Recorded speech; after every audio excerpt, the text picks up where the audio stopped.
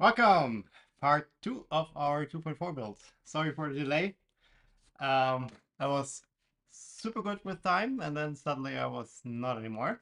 But here we are. Well, hi there Ravenkeeper, hi there Steve. So, today I have a lot of extrusions and we hopefully can combine them to a functional 2.4 frame that is perfectly square. Let's see how it turns out. As I said, I just want to like focus on the frame today, because the frame is kind of like the basis. So if the frame is not perfect, like nothing will line up well later on. So I think it's very important to just really take our time with this one. Most likely also after the stream, I'll like tweak it a little bit more. But I also try to like get it quite good on stream already. Hi there, So the usual wisdom is to use like a quartz countertop, or like, yeah, quartz countertop basically is one of the best things. One hack is also if you have like electric stove, to use the glass top of the electric stove. Right now I have neither of those two things here because I obviously want to assemble it here on camera, and I do have quartz countertop and electric stove in my kitchen, but I can't really stream from there. So I kind of went through my house looking for the most flat thing I found that I can put here. And that actually turned out to be this IKEA PAX door, or like a section of it. I used the rest in my hallway for like a project. And this seems to be super flat actually. And I know that like these manufactured wood products can be quite flat. Also, like if you have like a wooden countertop or something in your kitchen, like not like real wood, but like the fake wood particle board. I don't know how it's called in English. They can be very flat. So what I did is basically I just took an extrusion, put it there, and used the light to shine from the back. And then if you look from the front, basically you can see whether you can check whether you see the light under it. And for this surface here, that's not the case. So this seems to be very flat, or like at least as flat as the extrusion. So that's kind of like what we will use today to build this. Has a perfect size for that. But if you do that at home, best to use like your kitchen countertop or like electric stove. Um, I think that's the best things people have at home. For my 0.2, I actually used like a glass sheet, which also turned out quite okay. But the 0.2 is also a lot smaller, so it doesn't really matter as much. Hi there, Alex. I built a Nevermore V6 and hated it. I will tell you in about like 2-3 hours because I never built a V6. I only built a V5. Um, I broke so many of the slide covers. I would recommend the filter. Yeah, like I was also looking into the filter. It's just like the kit is supposed to be built with the Nevermore V5 technically. I now built a V6 because it's exactly the same bomb. It's basically just different printed parts. But I do have two of the sliding doors in wise foresight. This one is the one that is like they have different versions by now. I'm not quite sure if that was already the case when you built that. This one is the standard one, but it's quite rigid. And this one is the one for stiff filament, and you see like it's way more flexible. So let's see how it goes. But yeah, that's something I can also print and put in later, worst case. Um, but yeah, let's give it a go. And I now remember what I forgot to do, which was pull up the manual of the 2.4, which we will need. Where do I have that? Here, 2.4 manual. I also have it already here. Never mind that. Okay, so I think let's just dive in and check what the manual has in store for us. I like the pull tab one. I printed it like 99% size to make it fit. Oh, the pull tab. Yeah, I saw that. I didn't quite understand what the pull tab one was for. So I printed the normal ones. Well, let's see. I might also switch to something else like later on. I'm not really like super set on the Nevermore V6, but also like with the V0, that was the easiest now to print because the filter you need to print flat on the bed, and then the V0 bed is just too small. So let's see. So I'm just skipping over the preamble here with all the things and naming and tools. So we just assume that we know it. We also know how to build line joints. If not, we will find out in a second, I guess. And we just start with the frame. So let's just dive in. So I think step one is we should recreate what we see here. So we should quickly go through all the extrusions and sort them. I will also use a bit of painter's tape and just put a small tag on each of them. Just for my stupid brain to not mix up extrusions. That would be quite typical for me. So let's just dive in. So we have the A extrusion do not have holes. So and we have a lot of them.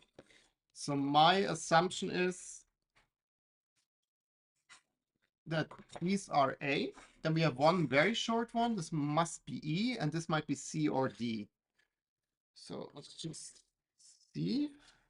These are longer. So these must be A. Then this one must be C, and this one must be D. And these have holes. So this must be B.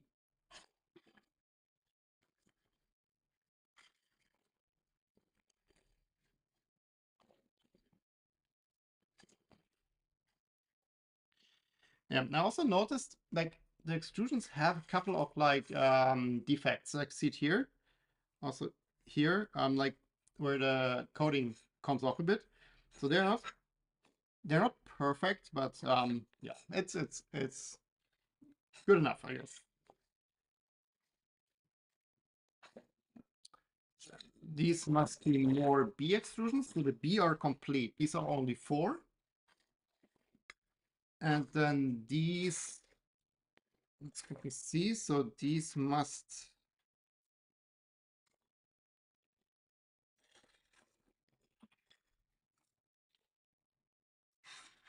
yeah, so these must be C.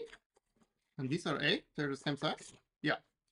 So these are all A, B, C, D, E. We have it all sorted. Let me quickly grab this E extrusion here.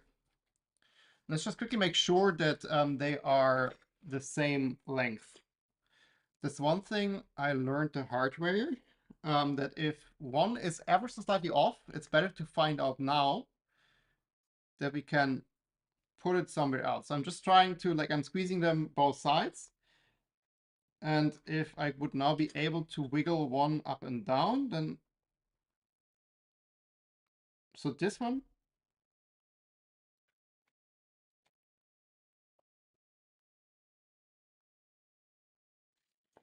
let me do the following. I also have like these quick release clamps here, the tiny ones.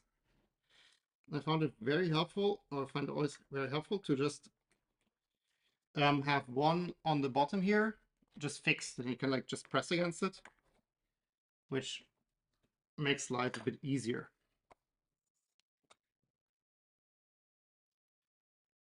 So, because I feel like they are ever so slightly different. This one, for example, has a little bit of give.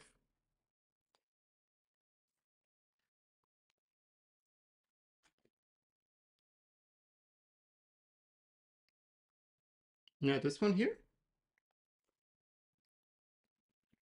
This one has quite a bit. Oh, it's also not parallel anymore. Okay, that's sorted. So it's not dramatic differences, like it's very, very subtle. So I think it's fine for us to just use any. I did have the problem in my V0 kit. So basically the problem was that the base kit had extrusions, and then because it was very early when the 0.2 came out, the head was like a upgrade kit that was just like in a box. And the extrusion from the upgrade kit were like a millimeter, half a millimeter shorter than the extrusions from the main kit. And then I accidentally mixed them, and my frame wasn't square, and I could not figure out why I couldn't square up the stupid frame. And turned out it was just like 4 extrusions that were ever so slightly shorter than the rest, and I mixed them in. And then yeah, nothing really lined up. So that was quite a quite a thing to figure out. So these are fine.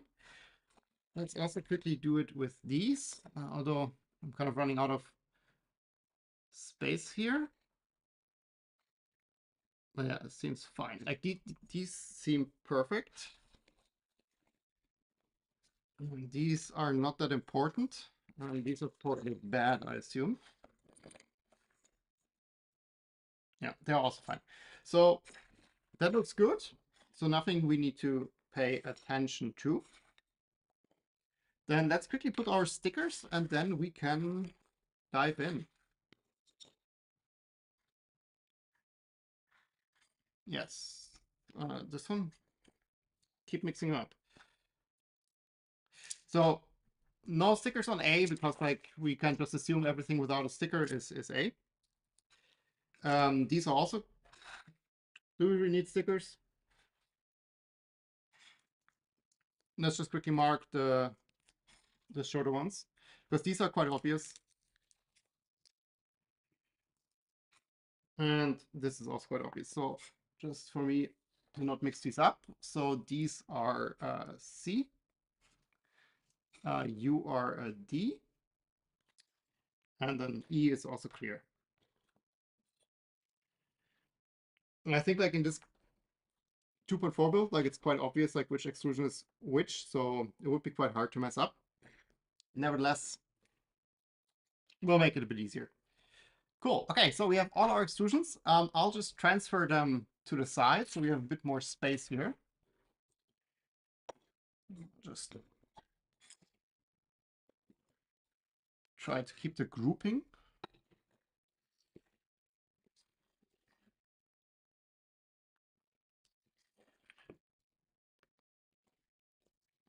Okay, next step, screws.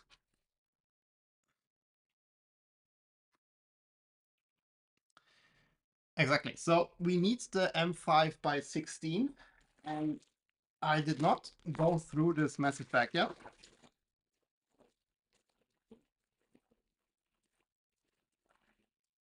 And I definitely need to have like some trays to have a couple of them in a tray.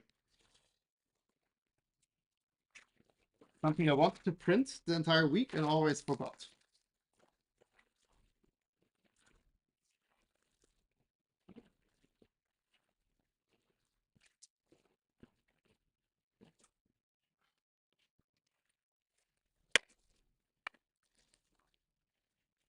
I don't have anything to put them in.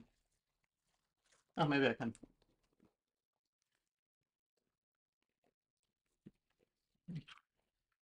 This is just random V0 stuff. Just dump that here.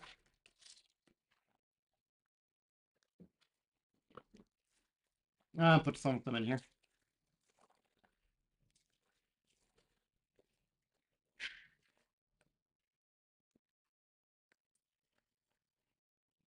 Check. Yes, this is fit.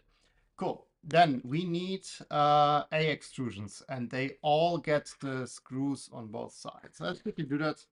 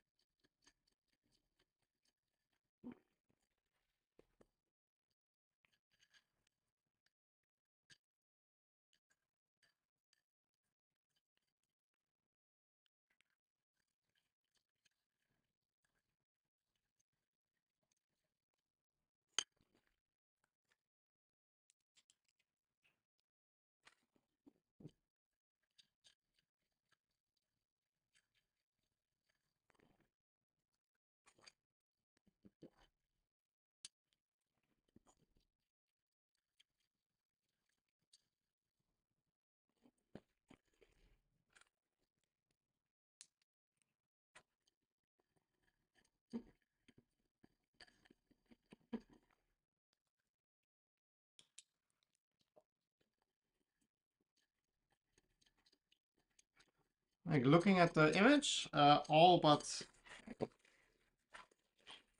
two get the treatment of the screws.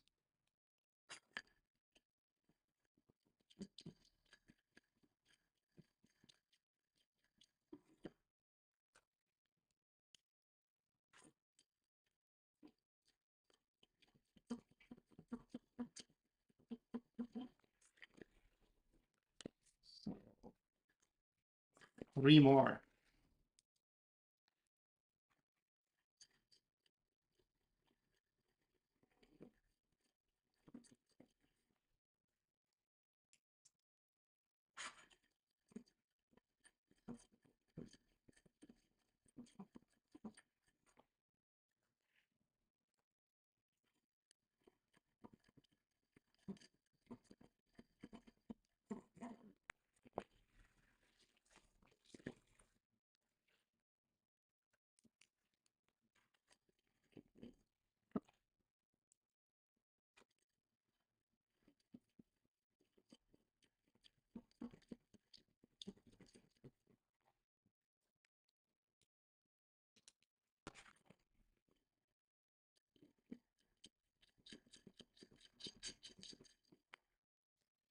So I guess now the fun starts.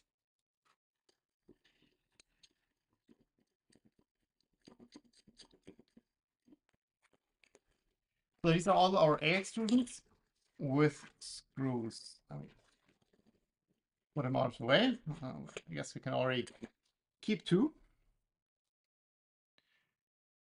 because we will now start doing this. So we take a B extrusion and two of the A's.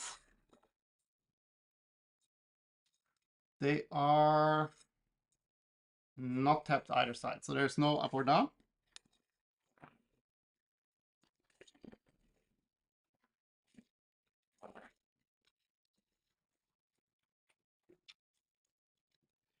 I still leave them loose, just trying to like align everything roughly. And then let's do my trick here again. So I'll just use the quick release clamps and like clamp to the front.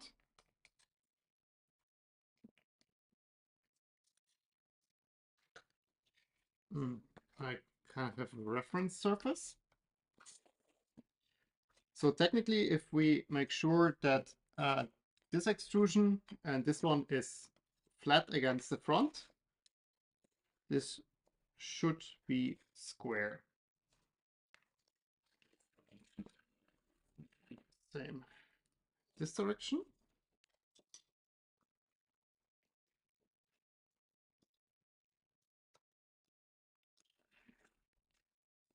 And this is the first corner. Let's give it a quick check. I have a engineering square and this looks good.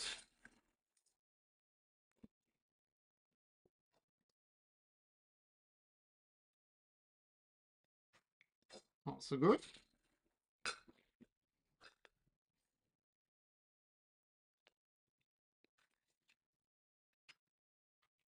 Also good. So this seems to work. Then, how do we continue? So we basically just do it twice. And then put them together. So I will just park. Well, so much about that.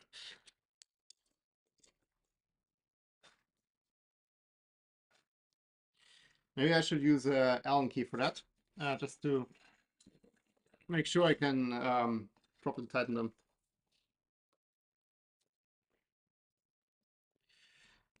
Double check. Now we need to check everything again later anyways. Maybe I can just leave it on the surface here.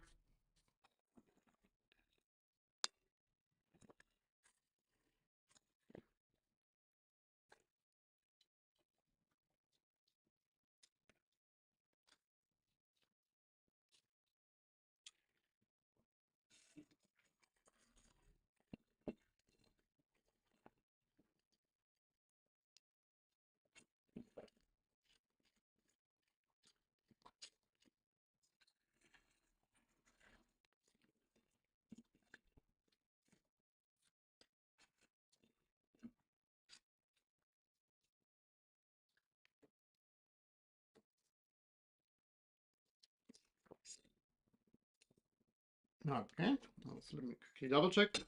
But yeah, this can all still rotate and everything, so the final check will be later. Okay, so we did this twice, and now we basically marry it together.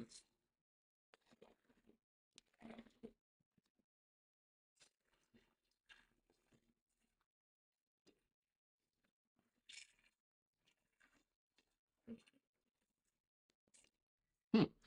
Did I say this is quite a good size? It's almost too small.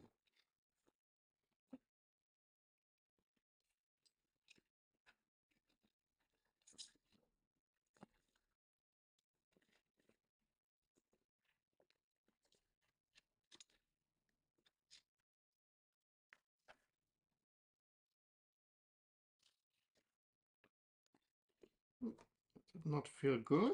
So yeah, now it's better.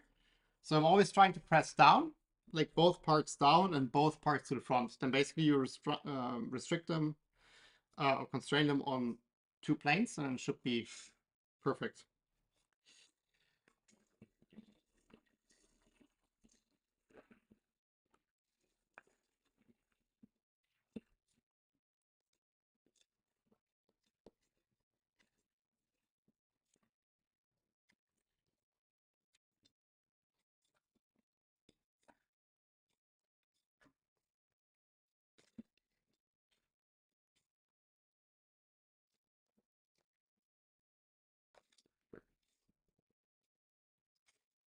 Okay.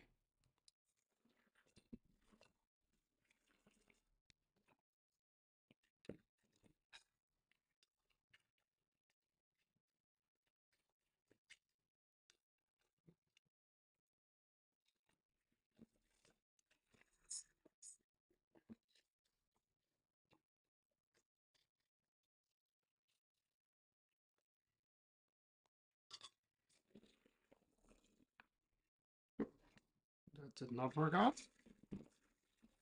You be really careful when moving that.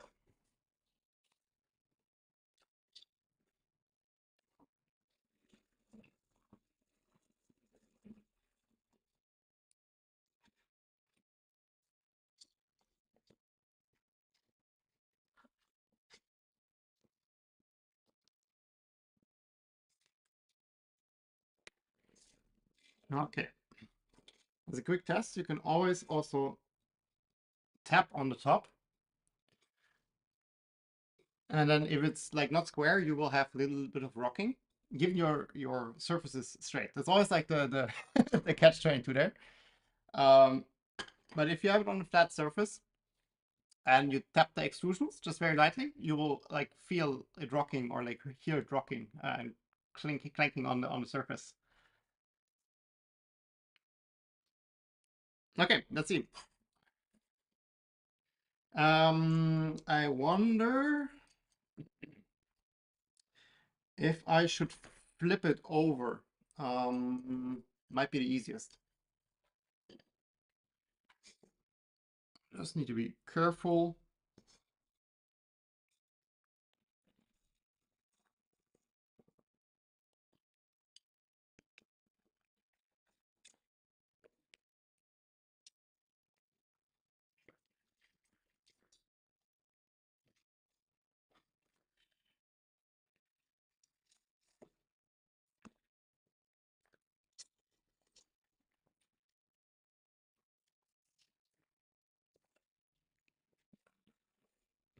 Maybe I should not have used the shortest shortest extrusion in the kit here for the front.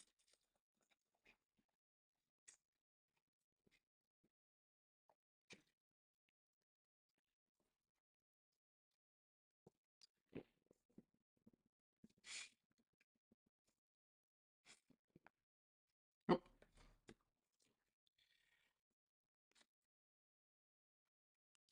let me get this a little bit closer to the front because I kind of need every millimeter here. Man, I'm happy that I didn't get the 350 kit. It would be even harder. Space-wise. Oh, okay.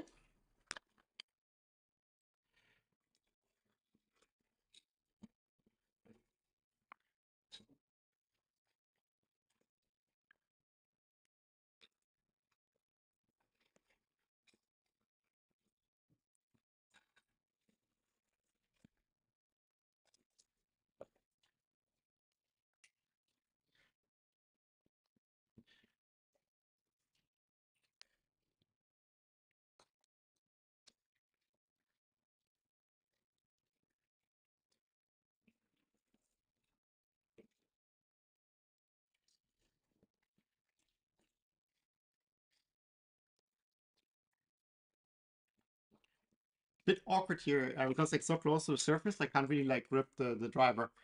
Honestly, the frame took me longest out of my 2.4 build. Yeah, it definitely can take quite a while.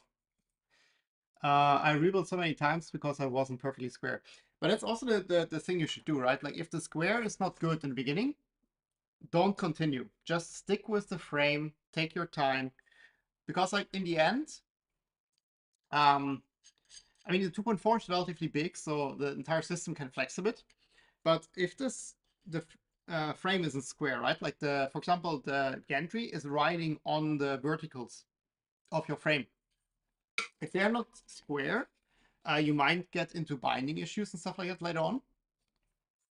Same like with your y-axis, like that might bind up if the gantry is like squeezed in.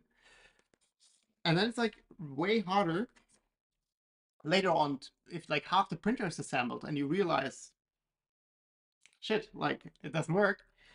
It's way harder to fix that compared to just fixing it in the beginning now. So it's really worth taking your time. And if you have to disassemble it 5 times and do it over, take your time. Don't rush it. It's really the most important part of the build. And this one here, for example, like this is not good. Let's do it again.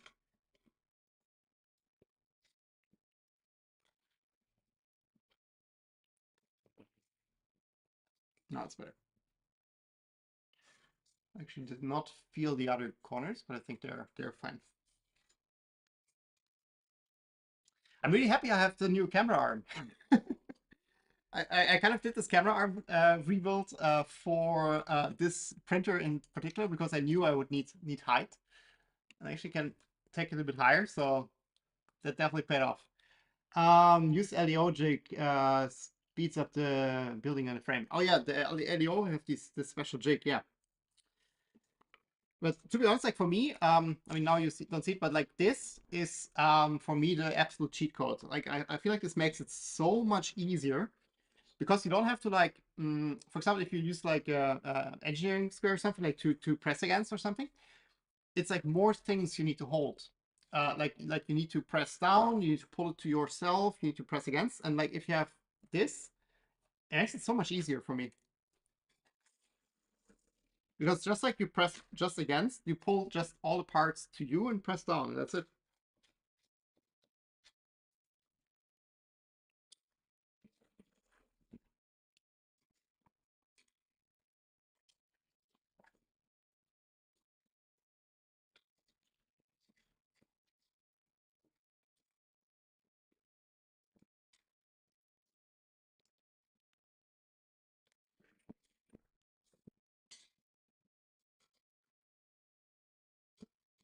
And this corner is not good. Let me quickly redo this one. Oof. And I still have to like fully tighten those down.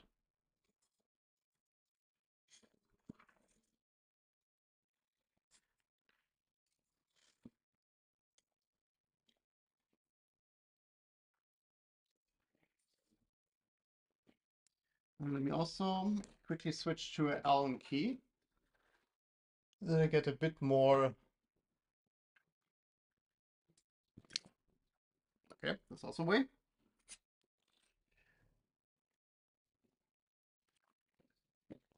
Get a bit more tension on them. If I now would have used the right size, we would get somewhere.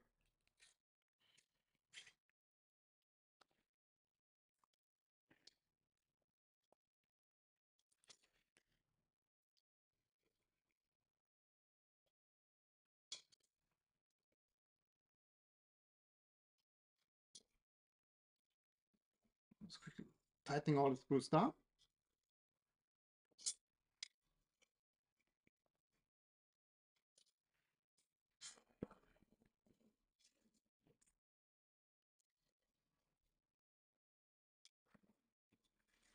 This one's still a bit loose.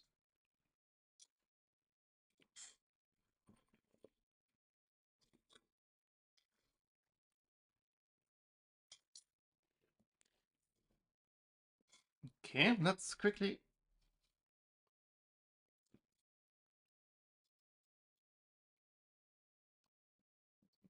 Yeah, so here I have a bit of a...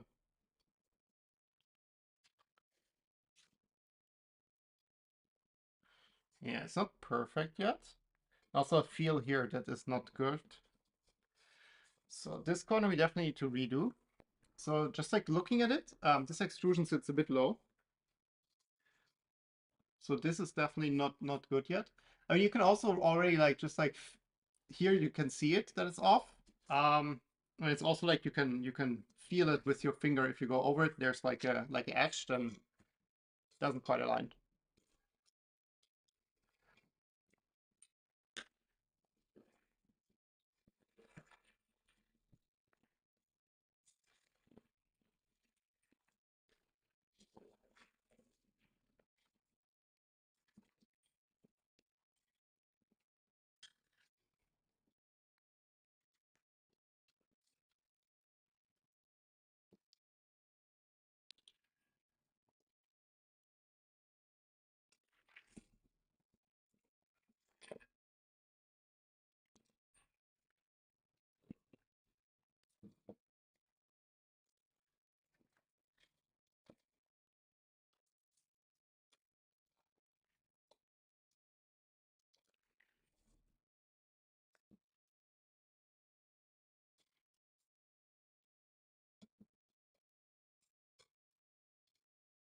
The top ones are good. This one I also quickly redo.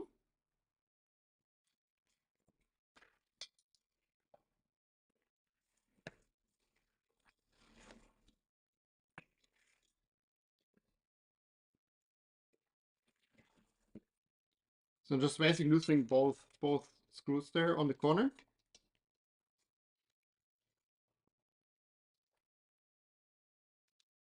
Sure that's aligned well. Then putting both back together.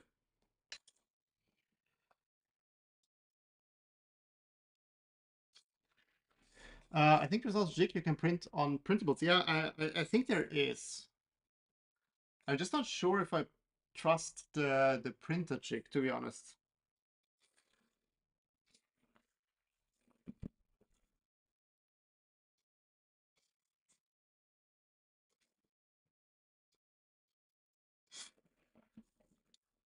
I'm just checking all the corners. Of these are all pretty good. This one is a bit rough, so let me redo just this one screw here.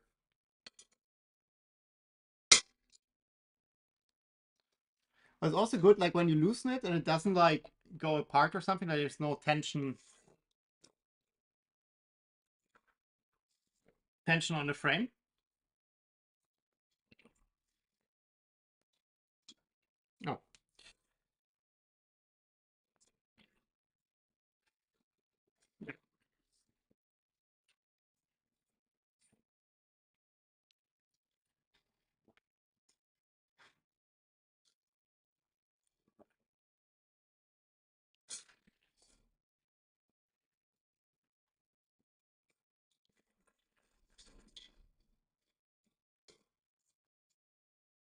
Oh, wait. Let's put it up how it's supposed to be.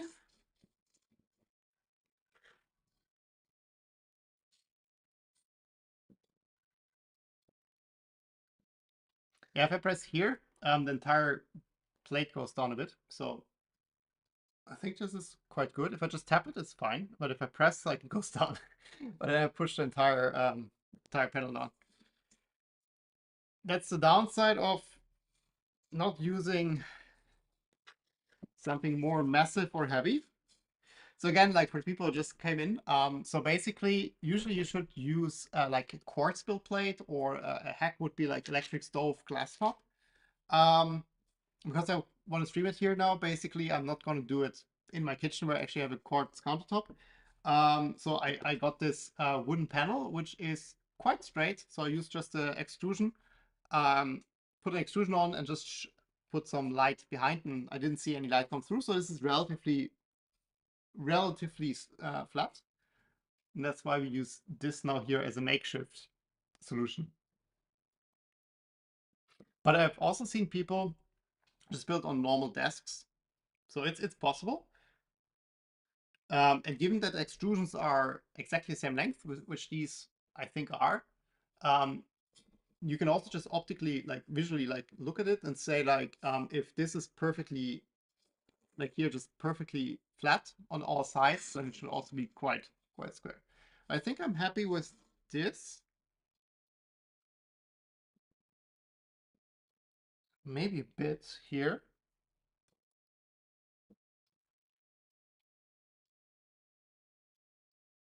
Oh, it's also the plate. Let me quickly not. I have the quick release clamps here in front. Let me not like force the plate down on one side.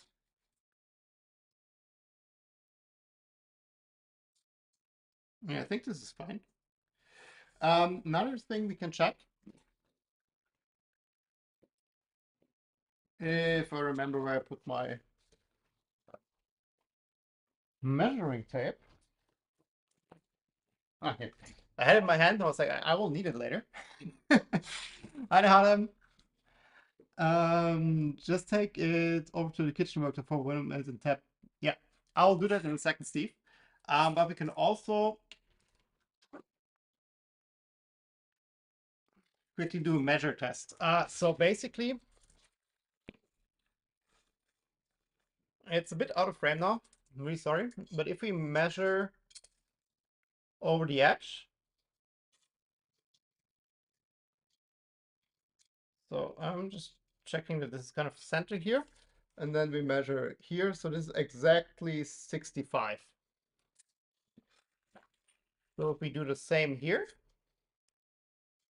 which is also 60, yeah, it's like 64.5. Let's double check this. That would also mean it's square. Yeah, that's pretty much the same. So if we do that on all sides,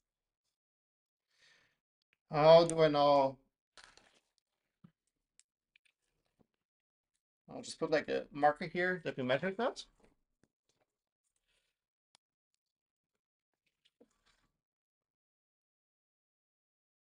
$64.9.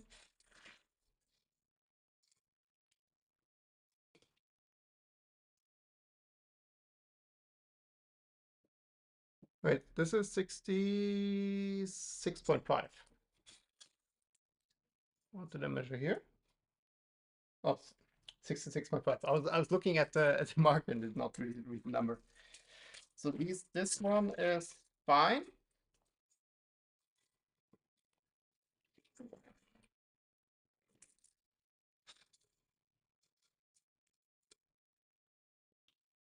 Point 0.5.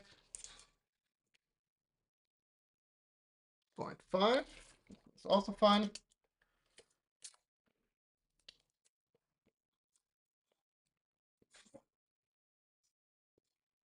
This one we measured already. This has a little tap here.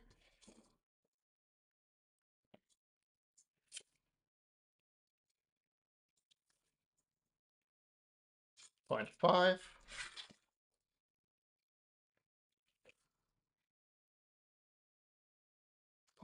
0.5.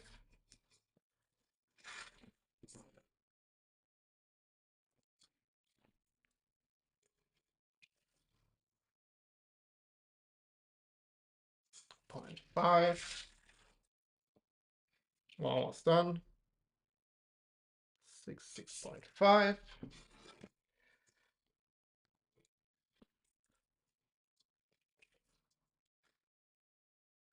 65.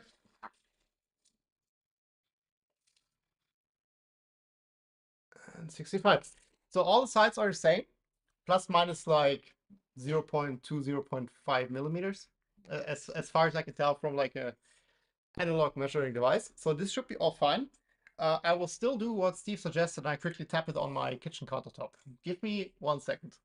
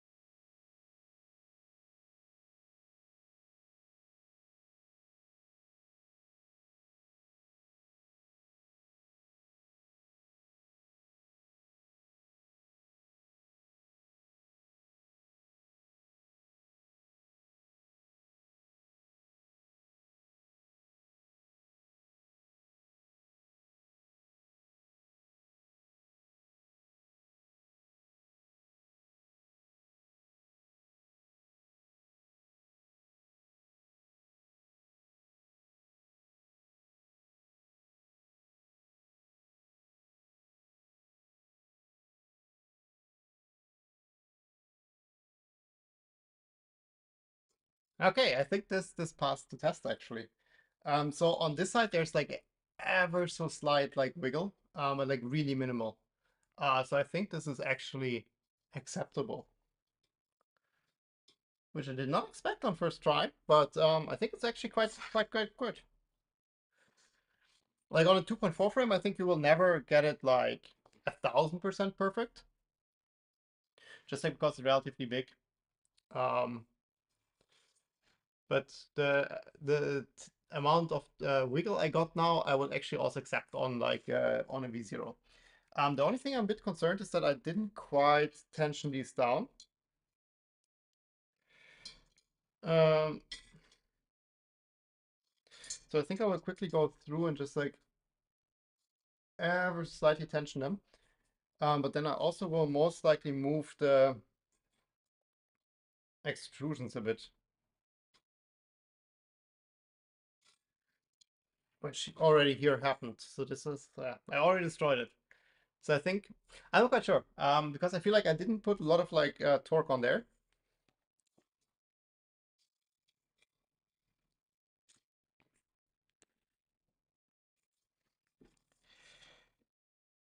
I don't want this to fall apart like later on.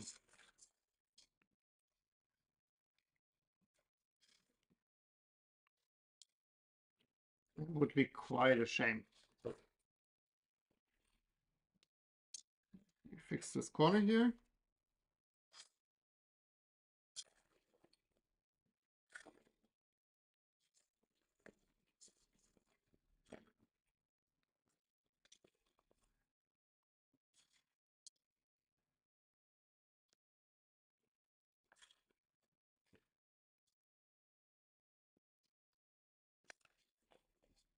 Well, I think it's fine.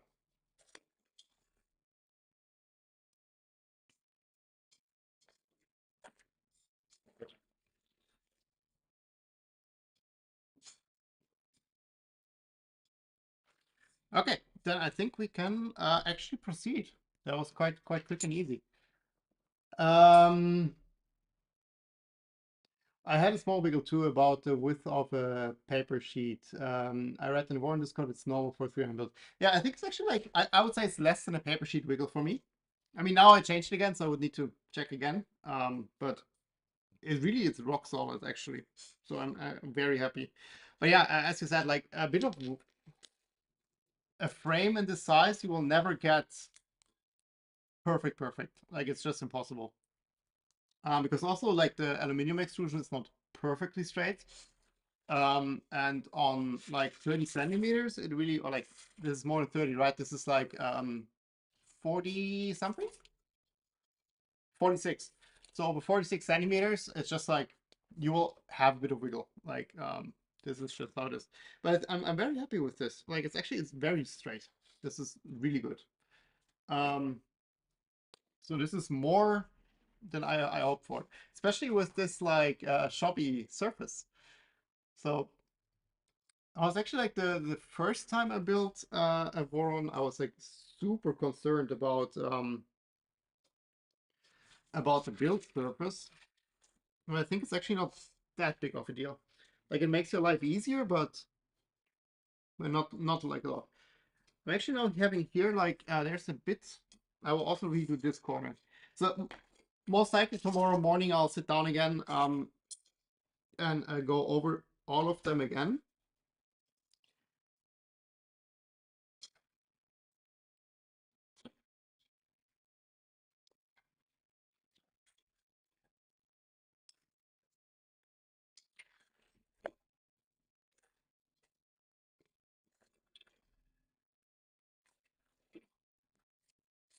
Oh, it's better.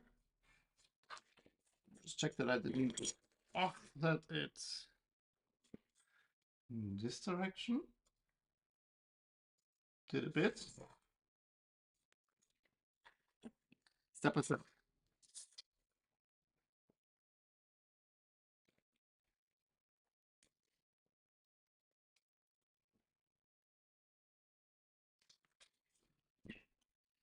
Yeah, so that's a bit of the tricky part, right? Like if you tension it, like you start at some point rotating the extrusion slightly. Now it's up in this.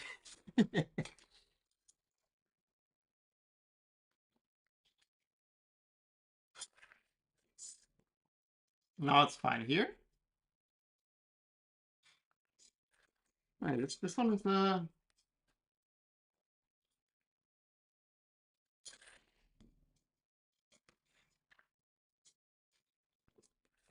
this one is not playing nice.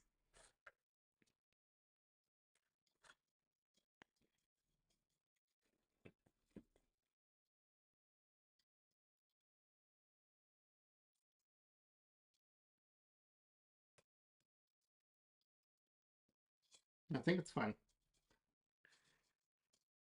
It's like a very slight edge here.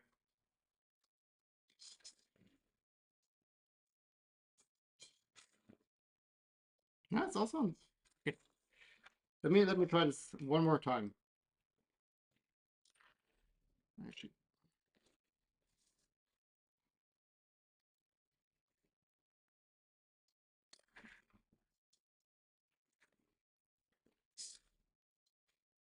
no, no, it's perfect.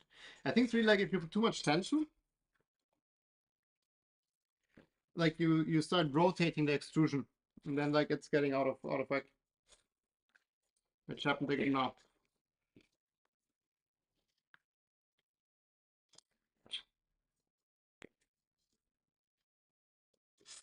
Okay. Quickly flip it over one more time just to check.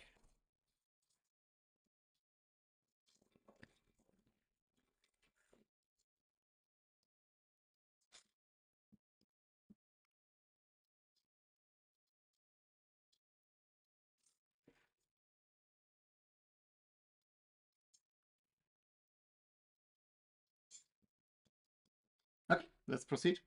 Not gonna get any better.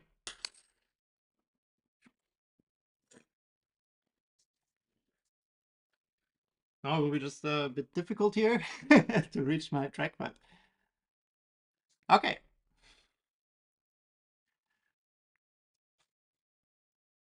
Hi, Lossink. It's a 300. Yes, it's a 300. So we need 2 times A.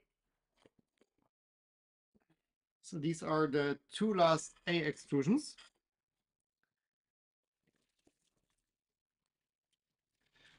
Good size. Yeah, I think it's a perfect size. I'm still kind of on the edge whether I should have taken a 300 or not. Yeah, 350 or not. But I think 300 is like, it's nice. It's just like I kind of have a bit of like FOMO of missing out on like larger prints. But then like realistically speaking, I also never really print something this large. But yeah, so like, in the future I could maybe.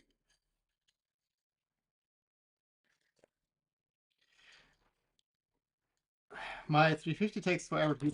Oh, yeah, exactly. That's the trade-off, right? So in the end, like you have like every time you use the printer, it's like slower, basically, just for the option that maybe at some point you might need a build size. It's a bit of, yeah, it's not a good deal, I guess.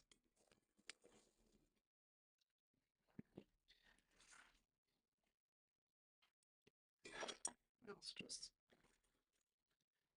do it like this, then we get it straight.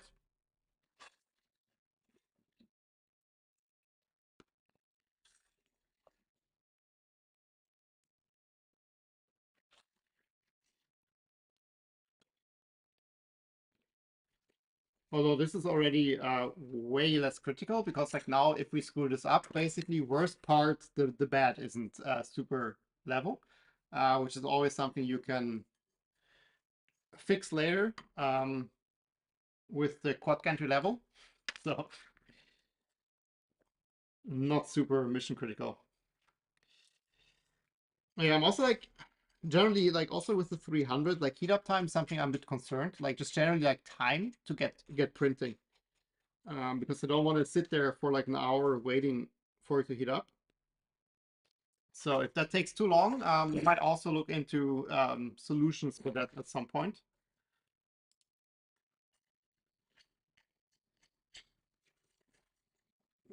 That's why for our next printer, I bought a Voron Zero kit and a micron kit as well. Yeah, the V0 is like really quick to get started. Like there is the bed is taking some time, of course. That's the only thing. Like at the moment, I'm printing with the Nobufill ABS, and I settled on 110 degrees for the bed. And for 110 degrees on the bed, like it takes quite a second to heat up. And that's also annoying me a bit. But yeah, speaking of V0, I actually like fully figured out the PZ probe now. That works really well. I will publish my config on the Discord server, Discord in the description. The trick that I did now was basically I turn off the fan during the probing.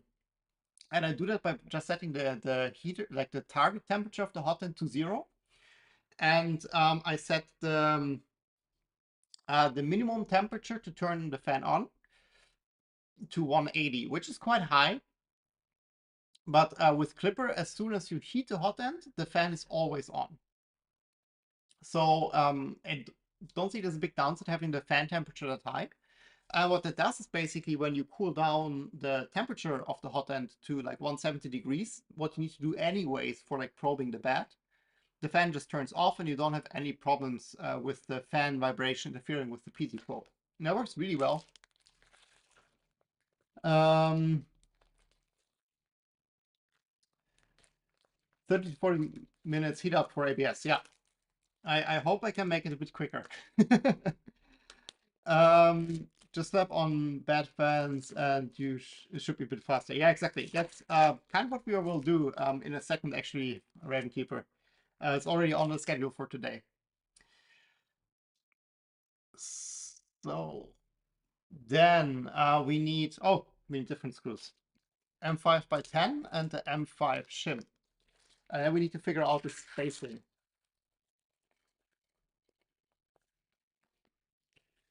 I should have really organized the screws already. I totally missed that.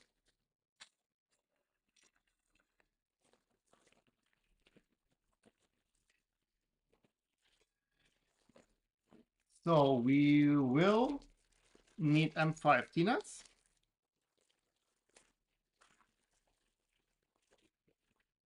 It's M3, it's M5. We need 4.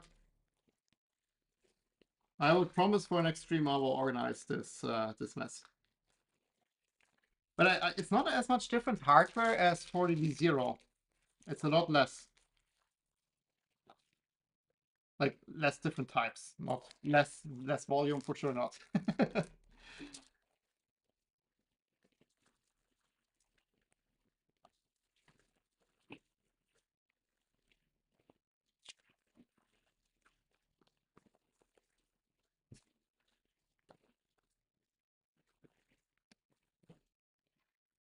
Okay, so we put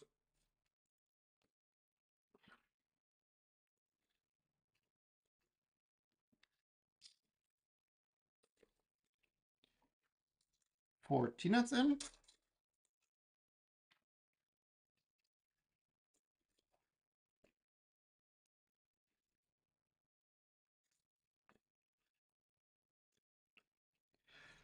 And then we put these on top, and then in a second we need to figure out the spacing.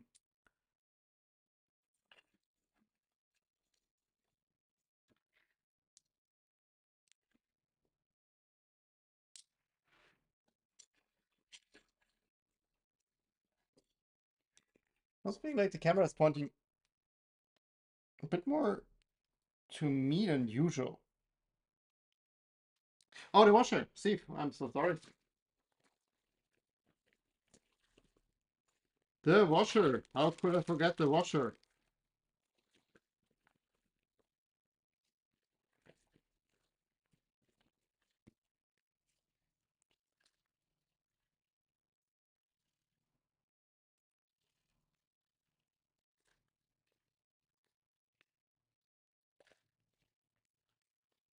How could I forget the washer?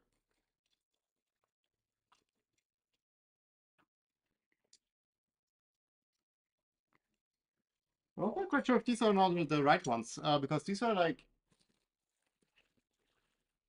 very thin.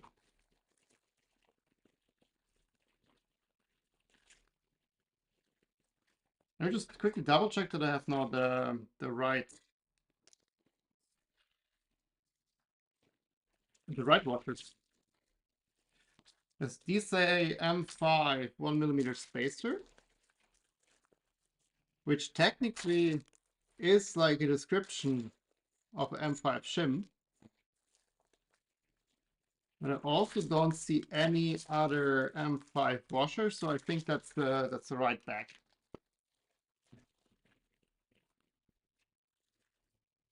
There's M3, but no other M5. So it's definitely the right bag.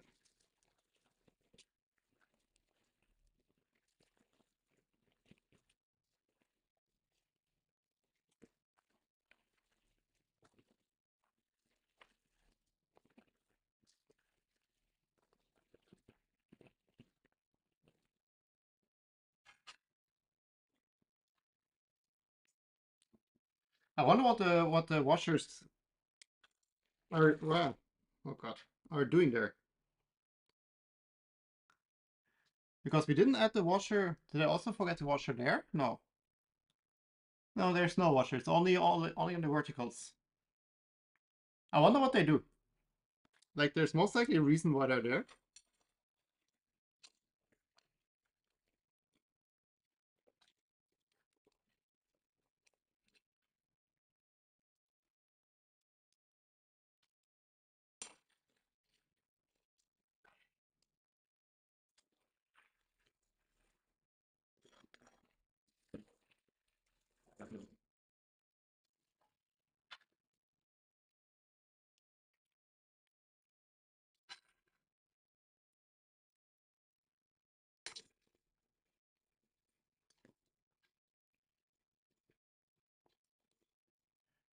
Should not have tightened that down, of course, yeah.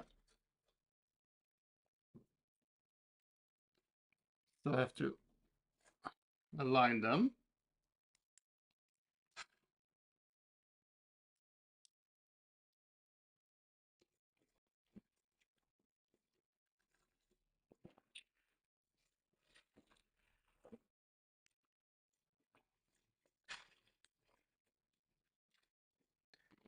Okay. Now the fun measure starts. Measure fun starts.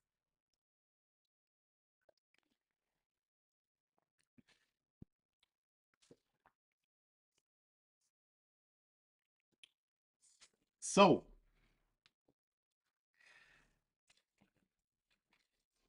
then, so basically, let me just quickly make this big. From the center of the printer, each of them have to be 65 centimeter left and right, so 130 apart, and obviously they need to be in a 90-degree angle. So let's measure it. Actually, I'm sure. Let me quickly, instead of using the roller tape, use my fancy Voron ruler here. And the printer width is, what did we say, 46, right? 46. So the center would be 23. Let me just do the following.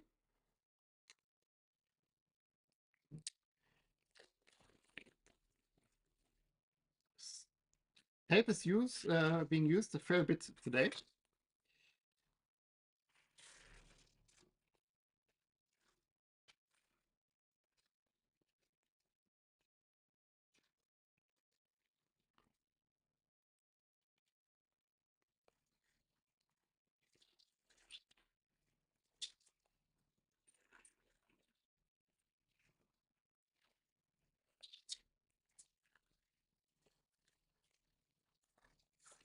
Let's just mark the center.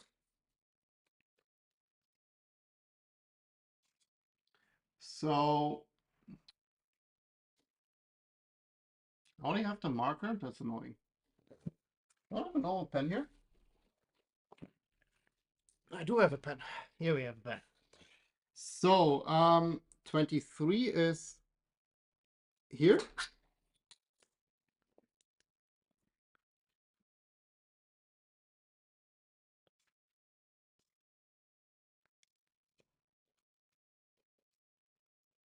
So this is the middle here.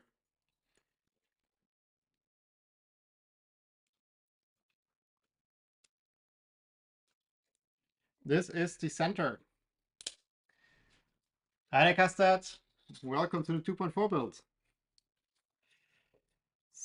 So, and then the inner side, maybe I shouldn't have ripped this off so closely here, because now I would have been able to. Let's just do it like this. Maybe let's do this. I'll just mark it here on the side. So 6.5.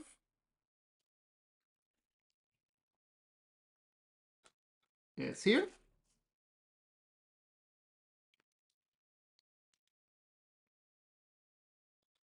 And here.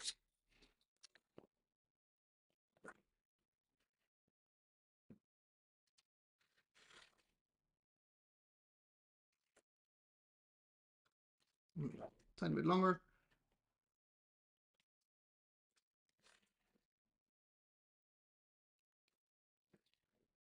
Just to show you what I'm building here.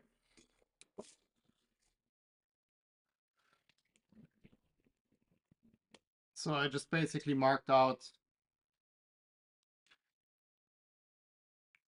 6.5 here, 6.5 here, and this is the center. And now we can just align the extrusions on these vertical lines here. And then we just have to make sure they are square, like 90 degree to the front. And then we should be already where we need to be.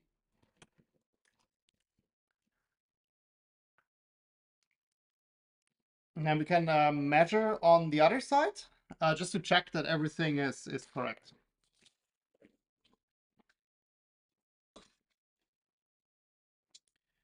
And just use it like this.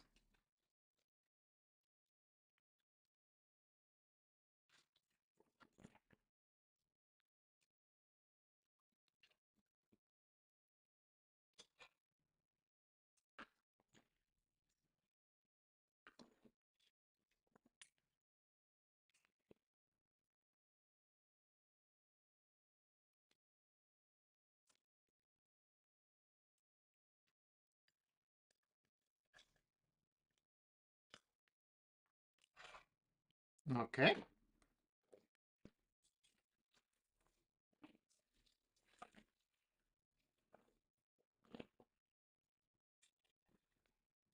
This is square, it's good.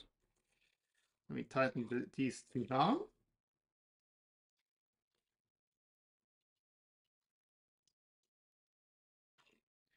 And then let's just measure just to check. So technically these two should be 13 centimeter apart,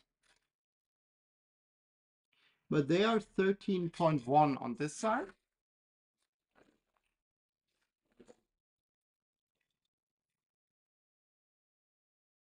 And 12.9 on this side. So they're not 100% parallel, which is a shame. Let me quickly check which one is off. So this one is 12.1.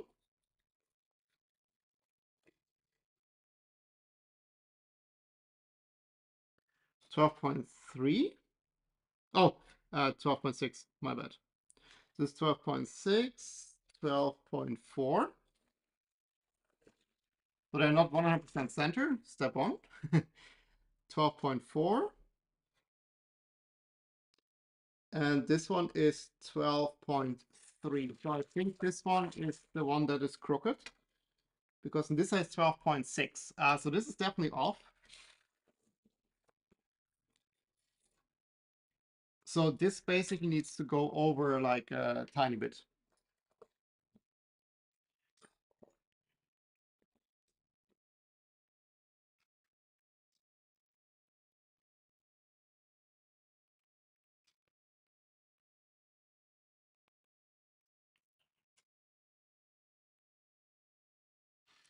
a bigger engineering square would be very handy now. Okay, let's quickly check. This is now 12.4. This is 12.4. This is 13 exactly.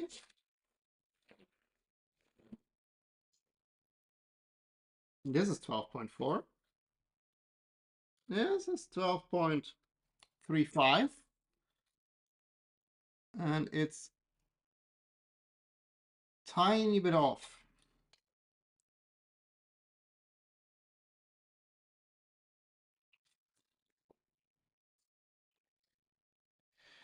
Any issues by putting the frame together? No, actually, it went swimmingly well. Like, as far as I can tell, the frame is pretty square, and like we put together in like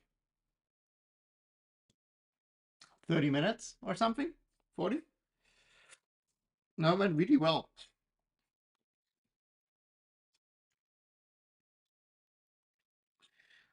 And also these, like, I'm not 100% sure where it's now like not perfectly lining, but I think they are good enough. So it's like 12 for 5.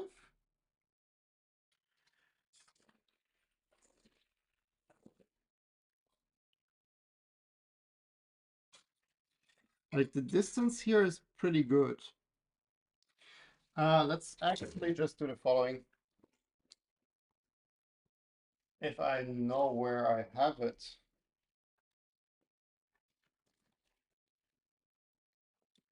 I think this one doesn't go. Yeah. So I have small caliper, but this only goes to like 10 centimeters, so it's too small. And I do have a bigger caliper, but I don't know where I have that, to be honest. If you have a bigger caliper, it would be really easy to like use it to put this to the right space. So maybe we can just build like makeshift caliper quickly.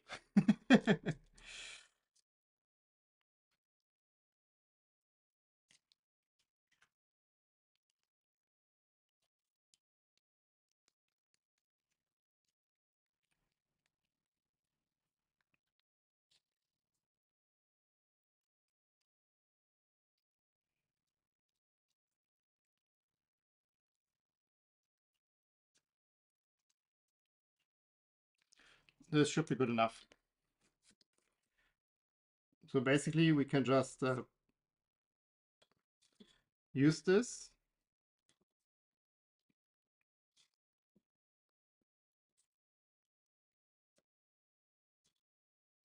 to copy.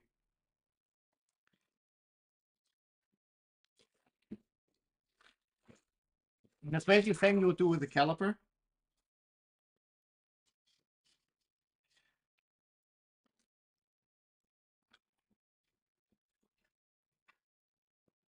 You basically just put it in between to copy the distances.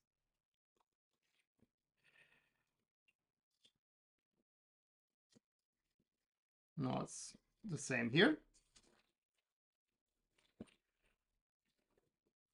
Here's where we originally got the distance from.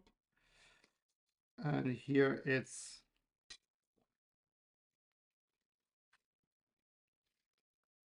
also fine. So these are now all the same. Quickly double check the distance here, which is exactly 13, so that's good. And all 4 are now the same side. So this is the easiest. I think this is nice to like get it in a roughly correct spot. But then this is the way to go. And again, if you have calipers, better than a quick release clamp. So for the people that don't know, so if you have calipers, you can basically copy the distance, and then you have this little crown here on the back, and you can just tighten that, and now you can use that to copy the distance. Are you planning on putting any fence? Sorry, it's very small. Wait, let me quickly zoom it in. Like my eyes are not good enough for that. Are you planning anything fancy for this printer, like a tool changer or just a plain stock build? Well, yes and no. For now, we will just build 2.4. no mods outside of what the kit includes. Um, so yeah, it's just like a stock 2.4 build for now. The end goal for this machine would be a tool changer. But then that's like after the machine is built and after it's like running well, so I know like there's no problems. Then basically we would convert it into tool changer. But that would be like, yeah, I don't know, second half of this year or something like this. So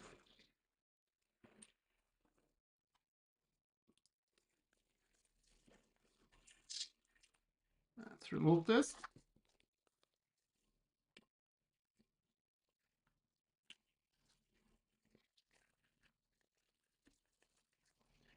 And again, like if you do this at home, really take your time. Just make sure it's nice, square, everything parallel. Will make everything later on a lot easier. Okay, so I think we can proceed to the next step here.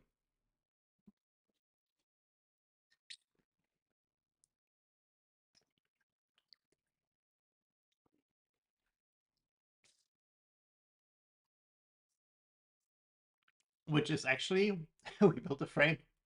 So that's good.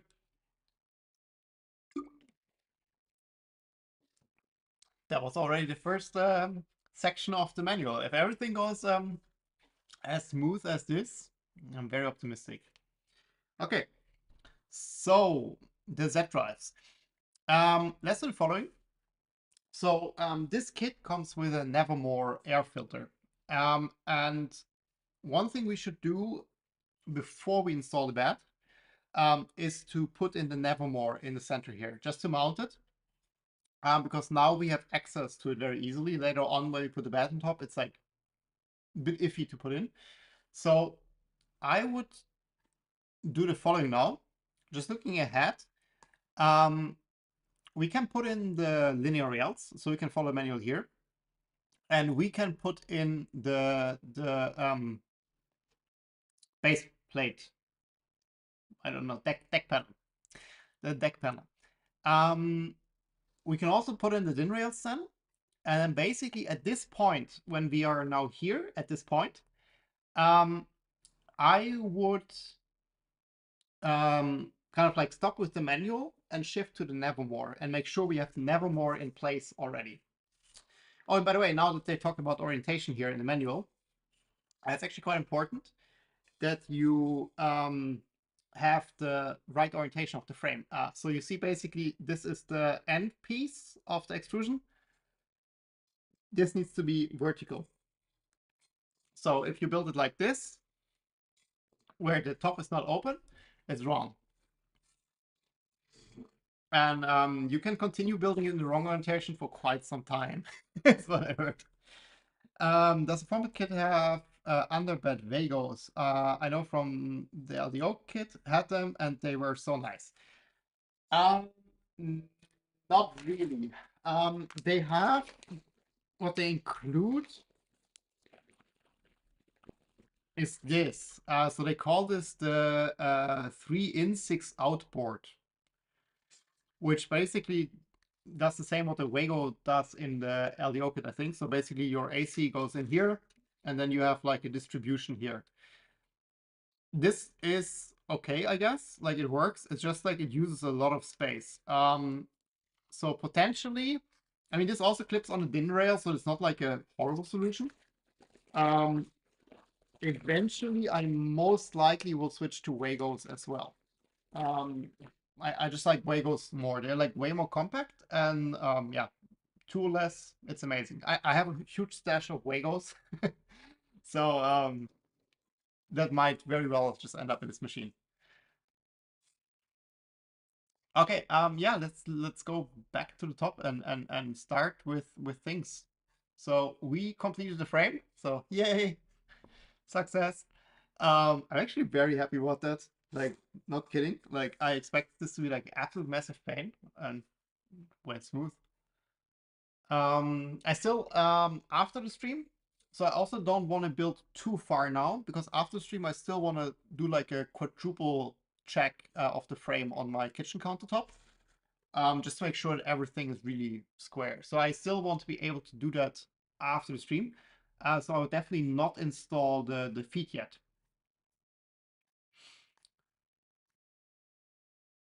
Okay, but we can install the X Rails.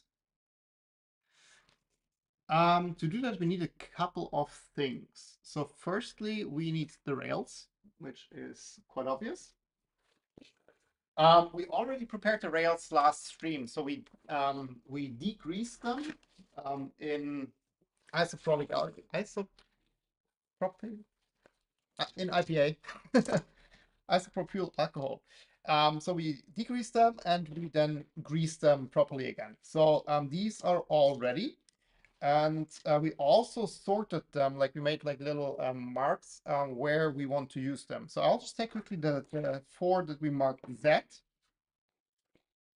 The conclusion here was that they're very similar. So it was not like a hard choice to make. That leaves us with three more rails, two for Y and one for X. And the X one is also different. Just put them back. Then we need M3 T-nuts and M3 by 8s. And we need 1, 2, 3, 4, 5, 6, 7, 8, 32.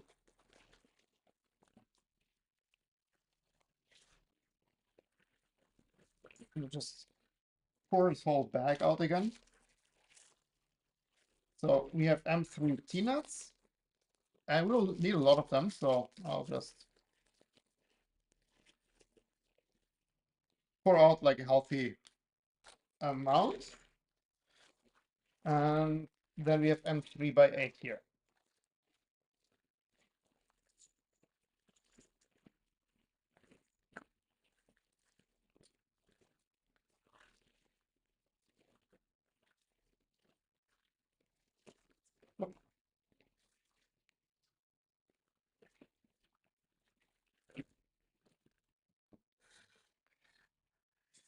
Okay, let me maybe just put it on the side.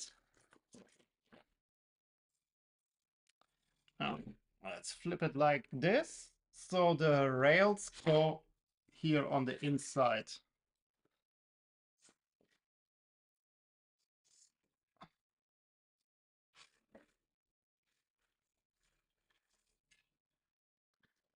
Okay. So these go here. And then we said like 8 of the M3 T-nuts per side.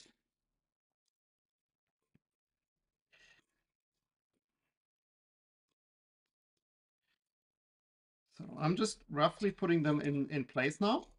And then later we just have to quickly wiggle them in place where we need them.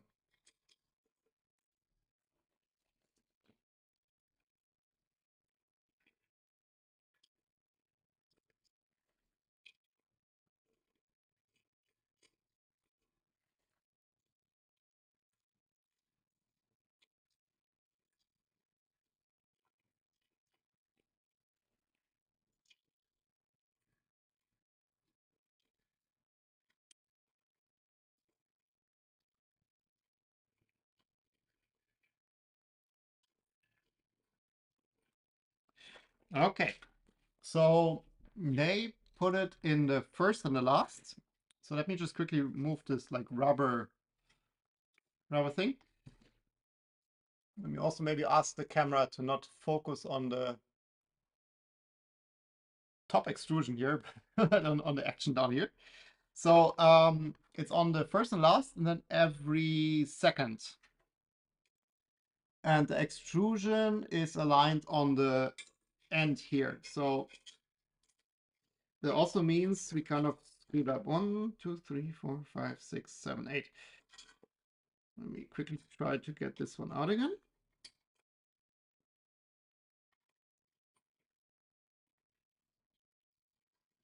If I may.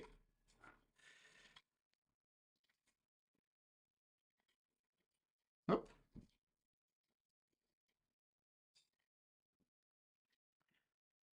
This is here to stay, okay?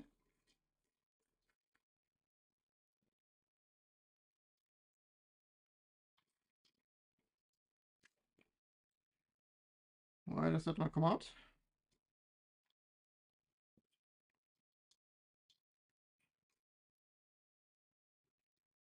Normally you can twist them and they come back out. In this case, they don't want it. Okay, lesson learned.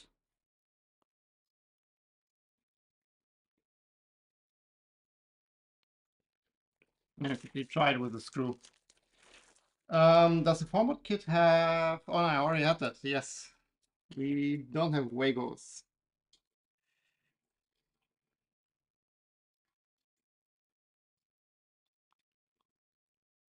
Why is this so hard?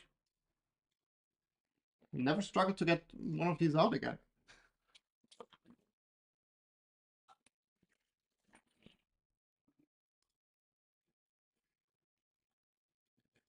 Okay, let's do it very simple. I'm fairly certain we have one spare. So basically the problem is I orient the last one in... Oh no, it's a manual focus.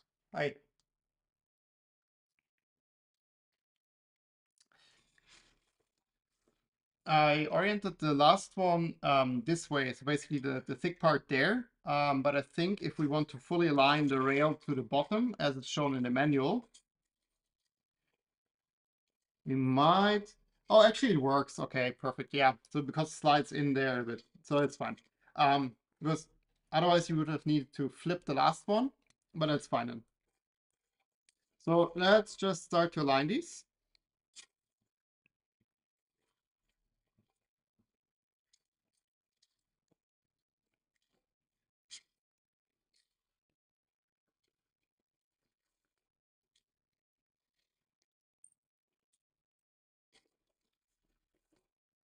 So basically just poke the screwdriver through the hole I want to align, grab one of the nuts, and then I just slide it down again to the position.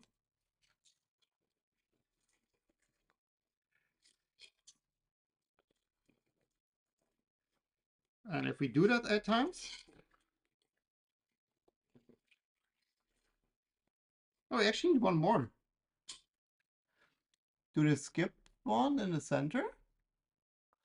Or did I miscount? 1, 2, 3, 4, 5, 6, 7, 8. No, I did not. But we have it on every second. 1, 2, 3, 4, 5. Yeah, we actually do have it on every second.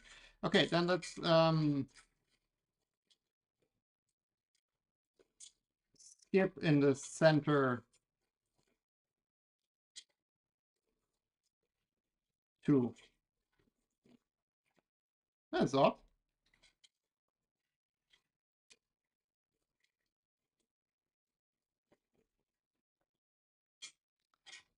Okay, so we have this one, this one, this one, this one. Then we skip 2, skip 2, skip 2, and then 2 on top.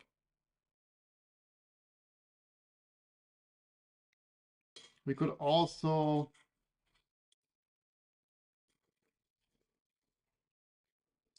do it like this.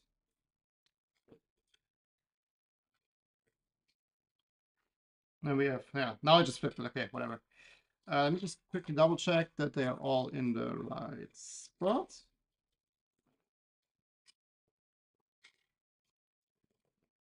No, they are not.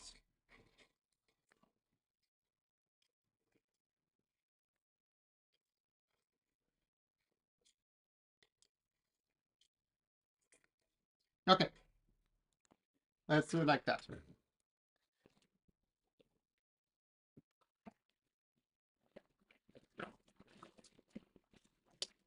Part of the printed parts are these wrong size. Here we go. Are these, and basically what we do with them, we just put them over the ends, and then we know that the rail is center. Hi, Leo. Glad you made it. Oh.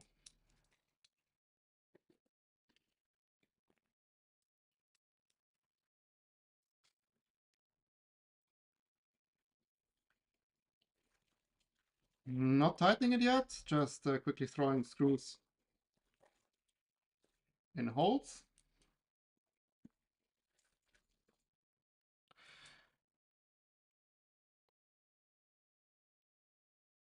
Oh, Steve, sorry, I totally missed your comment. Flat blade screwdriver, press on the side of it, then rotate the T-nut. Okay, I'll try later. That's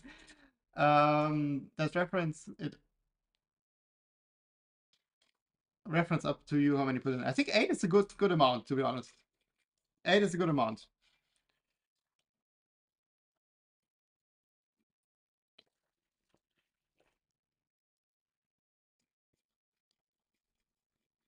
Oh, but it's also is that for 250 maybe? What they have there? I think the manual might be referencing the 250. Let's make it even and pretty. I'm pretty sure we have enough hardware for that.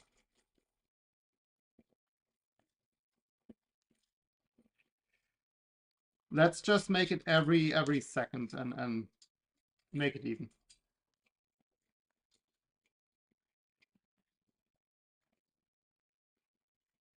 If there's not enough hardware for this and we'll figure out later, I'll leave a note in the video description. I'll make a pinned comment. So this goes here.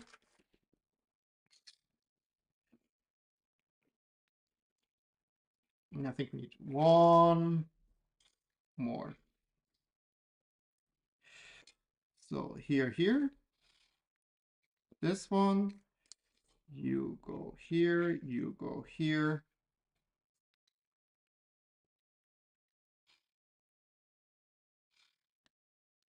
This one. Yeah, now we even have two next to each other.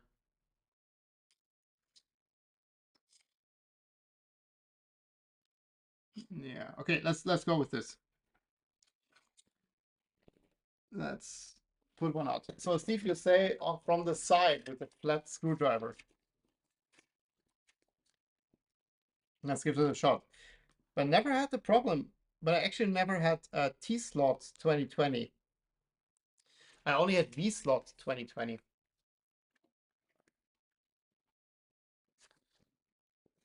That might be where the difference comes.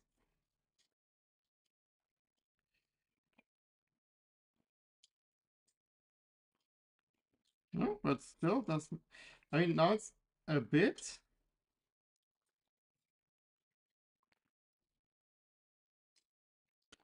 Nah, here we go. Okay. That's the trick. Thank you, Steve. Okay, let's quick double check. We have everything aligned.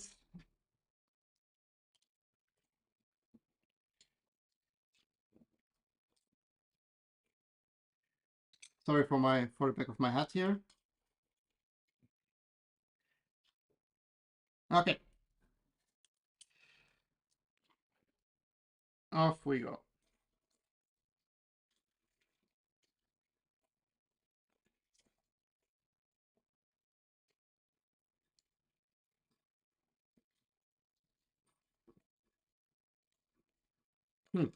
This one screws in a bit funky.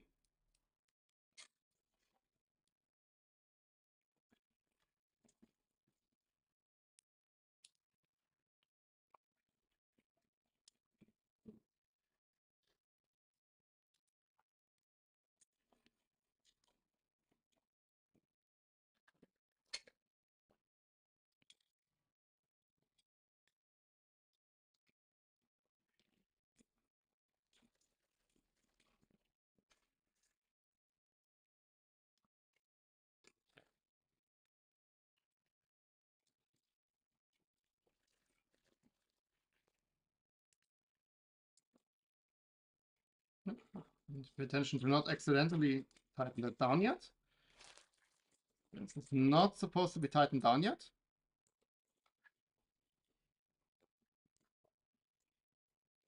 And now we can start tightening that down.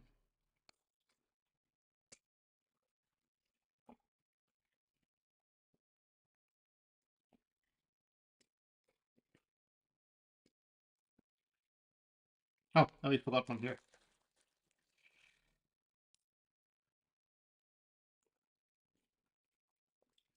2020 is so much nicer than 1515. Being able to roll in and that makes it so much nicer. Yeah, totally agree.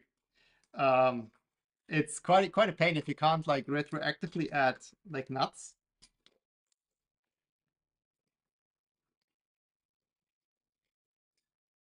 This one screws in a bit difficult.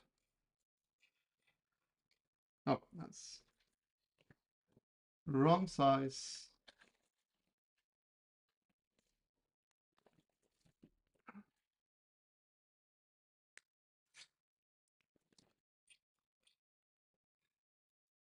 But it is tight. Okay, we can already remove that end stop here on the bottom because there is no danger. It's just double end stop on top. Okay, this is number one. Then I assume the others will go a fair bit quicker.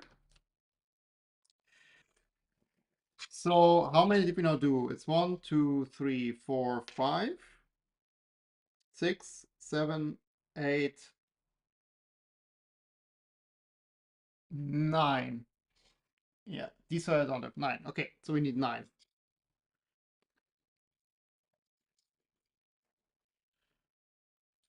1, 2. Camera's doing the top extrusion thing again. 3. I ran out of my M3 roll in nuts. My LEO kit had two sizes, small and large. Just be aware if your kit has anything like that.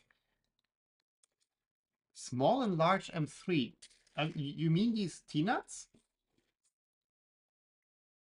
I'm not aware that there are like two sizes of these. 1, 2, 3, 4, 5, 6. That's pretty odd. To be fair, I had to turn back to the mods. Okay. I still have like a lot of stuff from the LDO V0 kit. Oh, you mean LDO? Oh, this is M5 nut. What is this doing here? This is M5. How did that get in here? No, I didn't see any other. Let me just double check.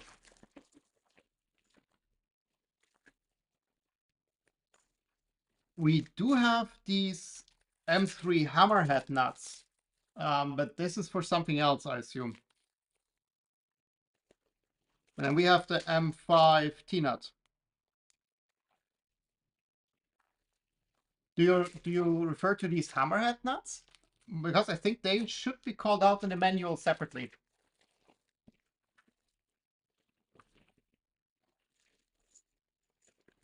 Those has two sides. Yeah, like so I also have two sides, but I think they should be called out separately in the manual.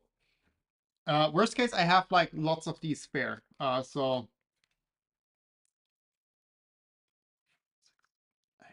I'm in a very lucky position.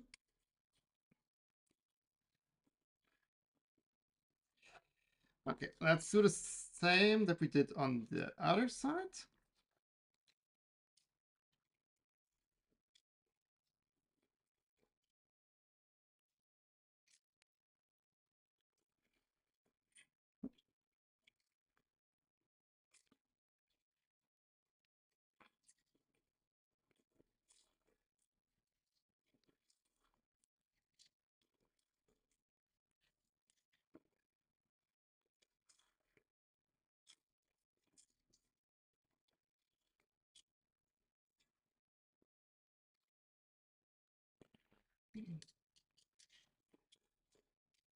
Okay, that was quicker.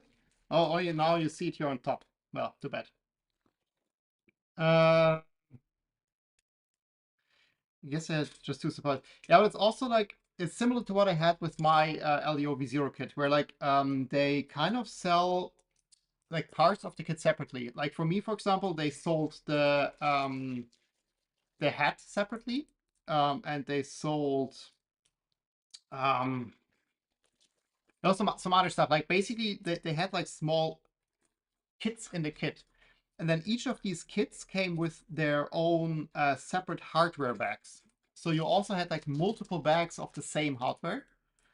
And I think that might be then similar to what you experienced, where they basically like put multiple of their sets into one kit.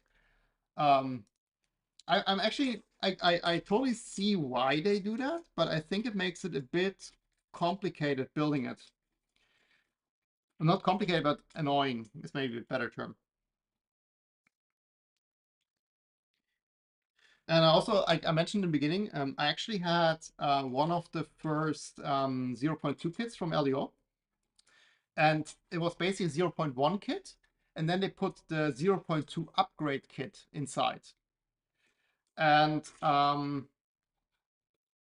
what that did was basically I had, because the 0.1 had the printed head, and the 0.2 had the extrusion head basically. I got like extra extrusions from the head, or like from the 0.2 upgrade kit. But these extrusions were ever so slightly longer than the other extrusions in the kit. And in the beginning, when I was like unpacking the kit, I mixed them up basically. And then I had like one extrusion of the head in the main body.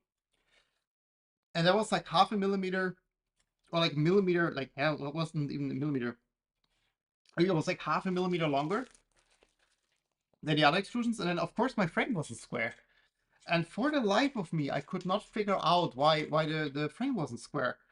And I basically rebuilt the frame like multiple times until I like figured out that like one of these extrusions is like a hair longer than the others. And that's why nothing really lined up.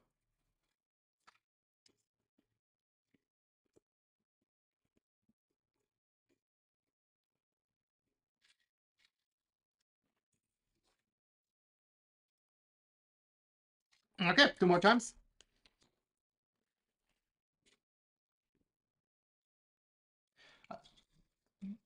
No, I need a 3 mm gap. Yes, that's what the manual says, and I totally did not do that.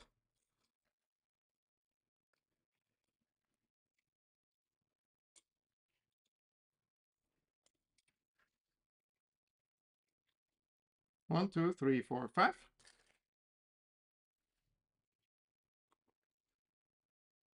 6, 7, 8,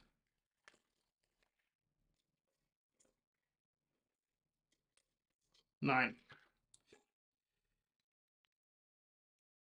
Let's pay attention to have a 3 mm gap.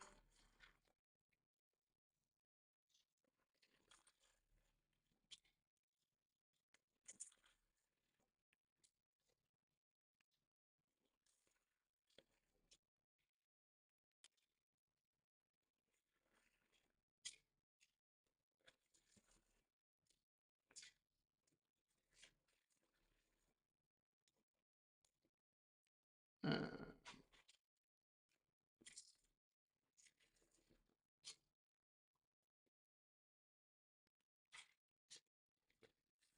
I think now I am here. Skip the hole.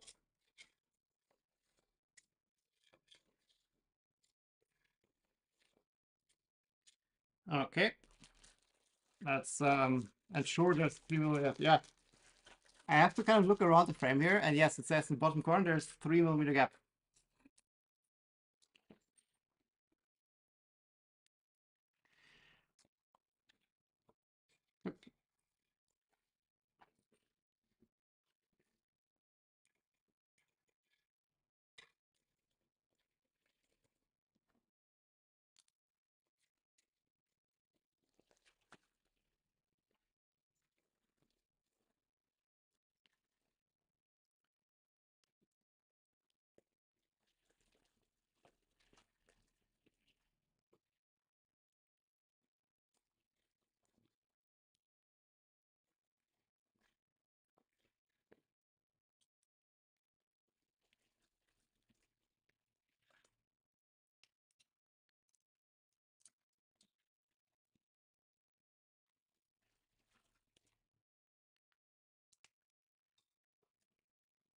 I totally missed the gap.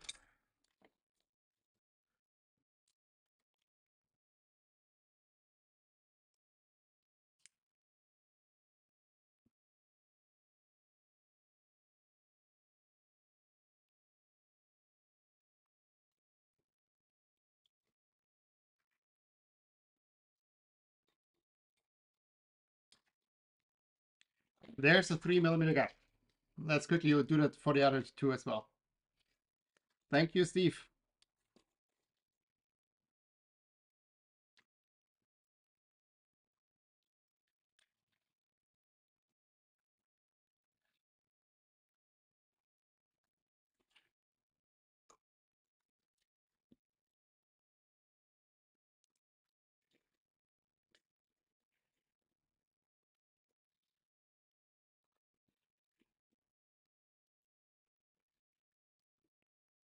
I'm actually also quickly get my other driver for this one. If you do these like tighter things where like you have to put a little torque on it, it's sometimes nicer to have like a bigger grip.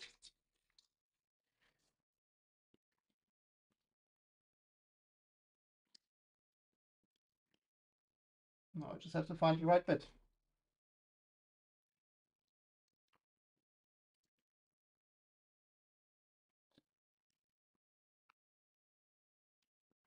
Which doesn't seem to be here. No?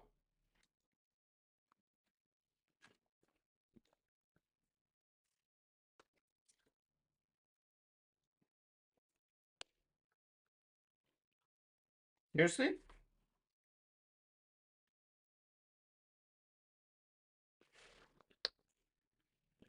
I'm missing the one I need?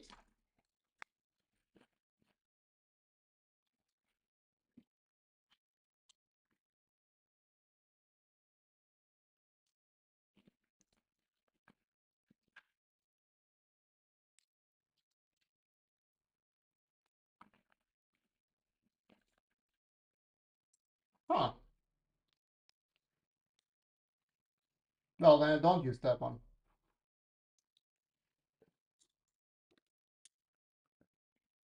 I could get away. I could get away with the torques. This should work. Yeah, I don't like using Allen key, Steve, because like it's a lot quicker with like just like a driver like this.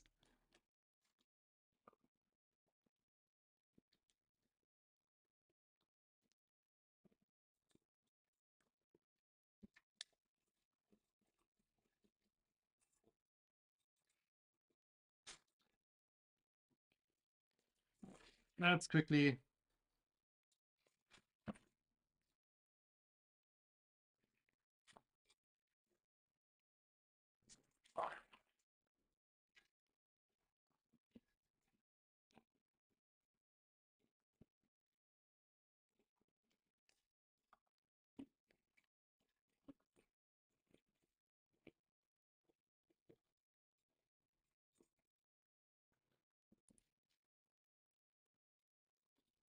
No?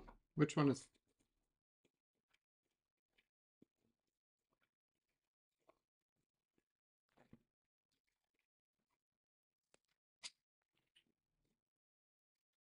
I kind of want to slide it.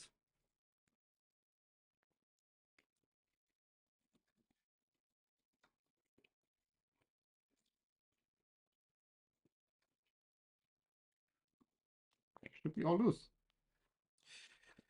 Well,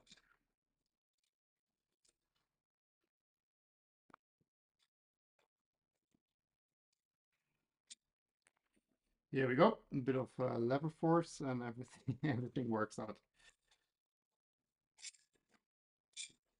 Oh, actually, I think this. Oh, sorry, you don't see anything again. I really need to be careful, like, to not put this too far forward. Yeah, this is exactly 3mm, so you can just use this as a spacer. Let's put this here, here.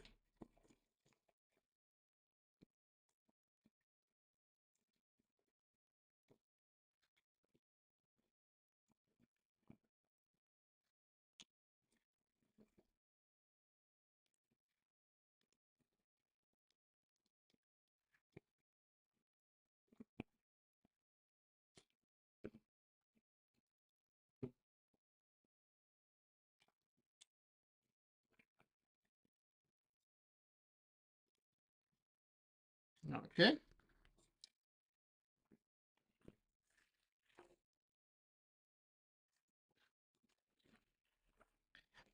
Let's apply our quick fix here too.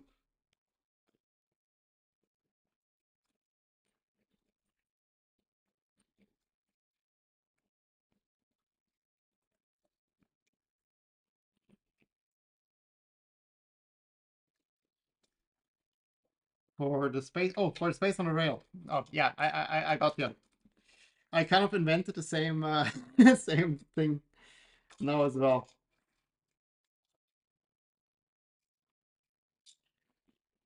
I wonder why this is not sliding nicely. Like, I mean, yeah, it's like 9 nuts you have to move, but it should slide quite okay.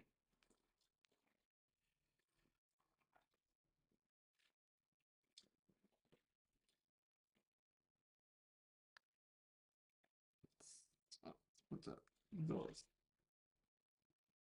here.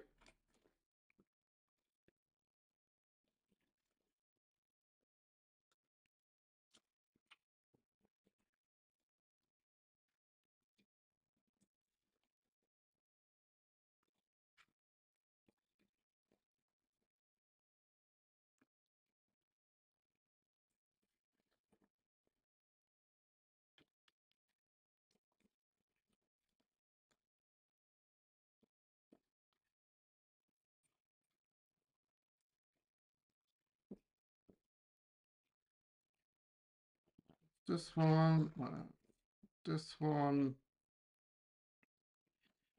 this one I have not yet.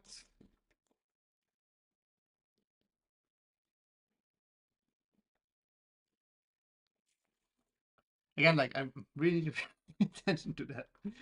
It's so easy to pull forward. Maybe let's just do this. I'll just put it down a bit, and then like this is just out of view for the camera, hopefully.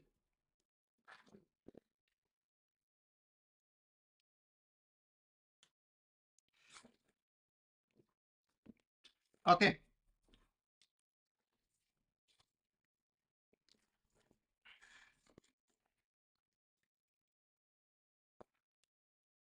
Okay. Now I need to pay attention when I flip it over.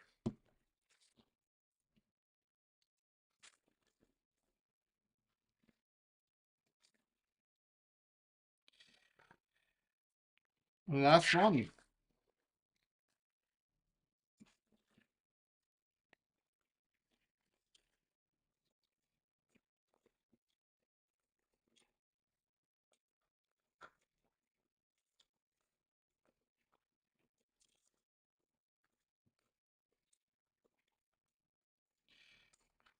That is 5,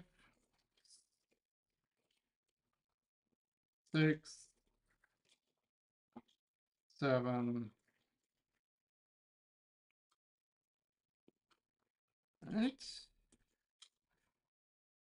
That is 9. 1, 2, 3, 4, 5, 6, 7, 8, 9. Perfect. But yeah, they are like not the highest quality washers. Like you see, this one here, for example, has a lot more of this chamfer around the hole than, for example, this one here. Like it's both M3, but this looks like a lot more massive. So they're not like super like finely machined. And that's most likely also why some of them don't screw in the nicest.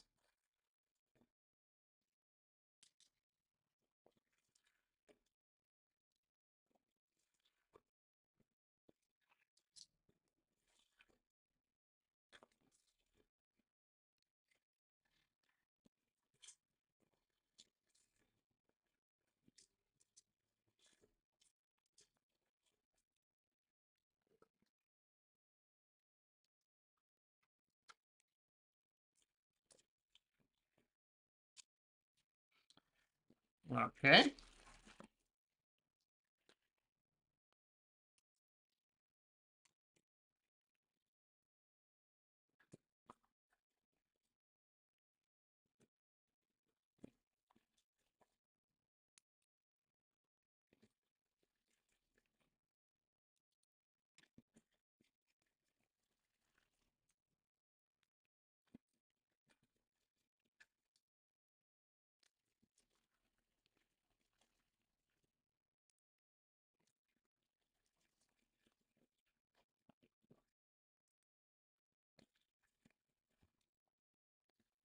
Still leaving that loose.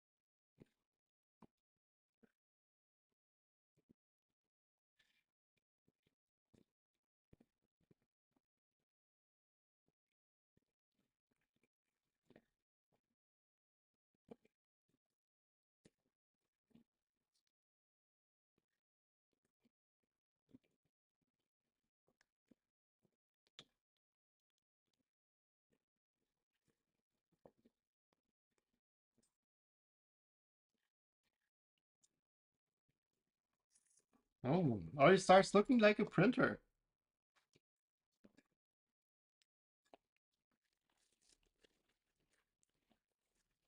I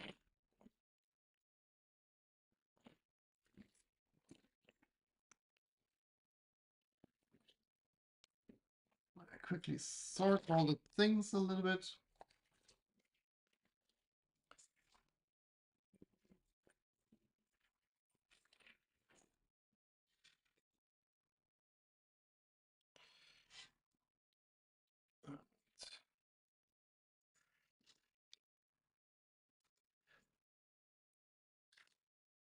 That is a frame with 4 rails. So this is, I'm sure this all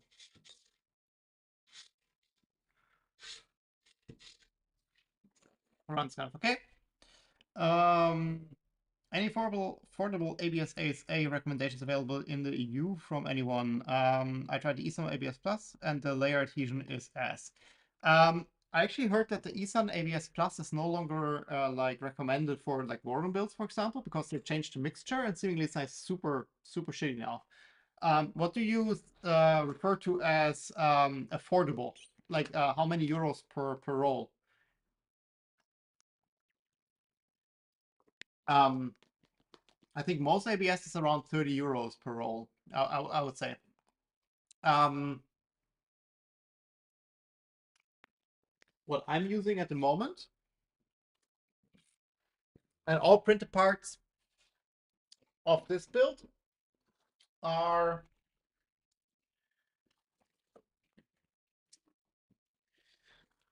so this is the Novofill ABS X. Highly recommend that stuff. Like I printed now everything for this machine with this. It's first time I used the Novofill ABS X. And it prints like a dream. Like it's really nice. Prints super simple, almost no warping. I only had now a little bit of warping on the Nevermore part, but I really go to the edge of the bed, so kind of expect a bit. But this one is very good. I think it's 30 euro per roll. And then if you order 3 rolls in one order, you get 5% discount. So that I can recommend. The other one I can recommend is this one. The only downside is it's only black, more or less. This is the Form Futura Reform Art Titan. And order it directly from their webpage. I'm not quite sure where you are located in Europe. This one is also like 28 to 30 euro a roll. And it's available in black and gray and white, I think. The thing is like the R Titan is the recycled one that they create from their like the bad quality of the real Titan. This one also prints really good. So for black, I highly recommend that one. So I have all the parts on my switch wire and on the V0 all printed with this one. I think the trick is order at the manufacturer and don't order at like a reseller. It's always a bit cheaper. So Novofill and the Form Futura R Titan. And then there's also Redline filament. Redline is also pretty good. I think they're also relatively cheap. They might be in your range. So if I quickly check, Redline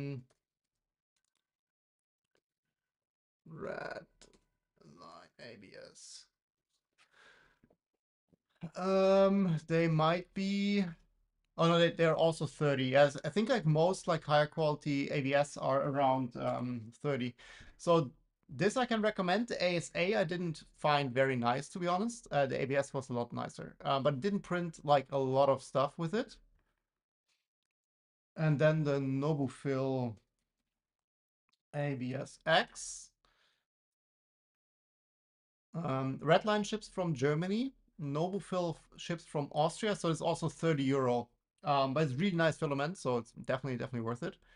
And then the Form Futura R Titan. It's this one. And this one is 32. Only got more expensive. I think it was below 30. But yeah. So that's what I use. But yeah, I see Neo recommends the 3 jack ABS. I never used that, so I have no I can't give any opinion on that. Um,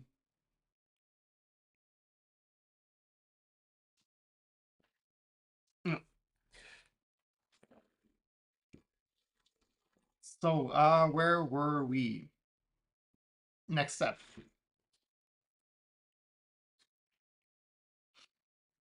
Yes, rail safety. Pay attention to your rails.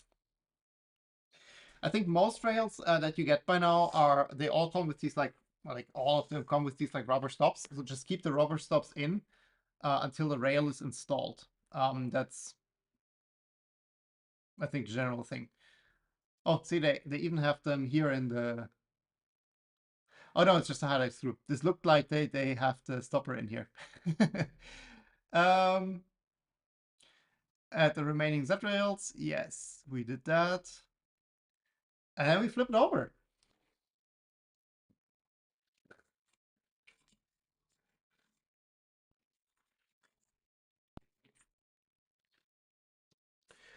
We flip it over.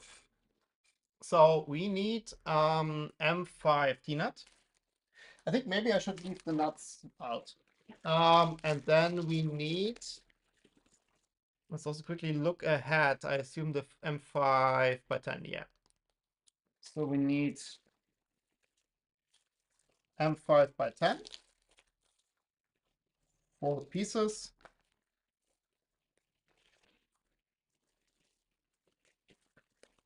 I totally missed that, but what I will most likely end up doing is print like part trays. I have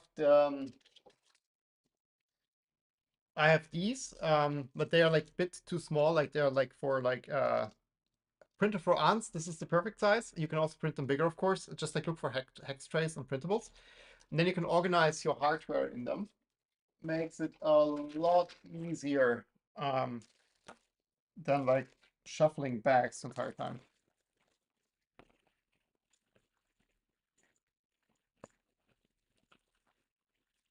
There they are.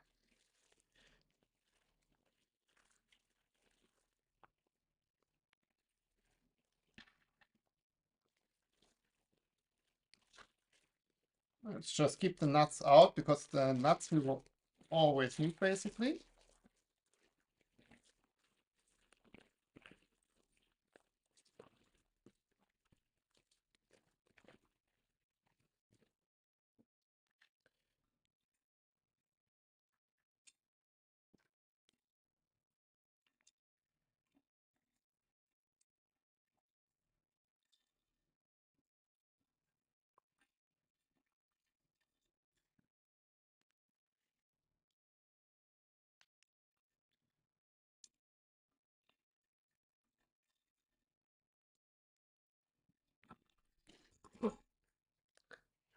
Down it goes.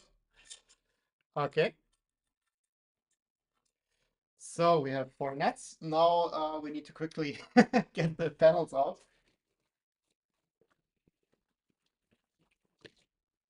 I don't have a lot of space here, so I can't put everything next to each other.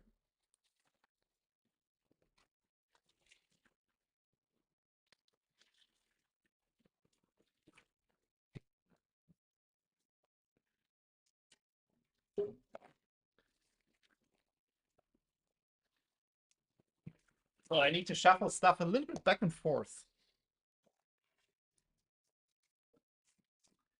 So let's make sure that the orientation is correct. The notch goes to the back. So now the question is, what is the back? Because I don't think we have a back and front yet, right? We don't have a back and front yet. I mean, this could be now the back or the front. Flip the print upside down. It's easier working with gravity than against it, but make sure the rail cars are secured. Yes. Yeah, I don't think we have like a front or back yet. It's so far it's completely identical. So we are good either way. But before we do that, let's make sure we peel off the backing here.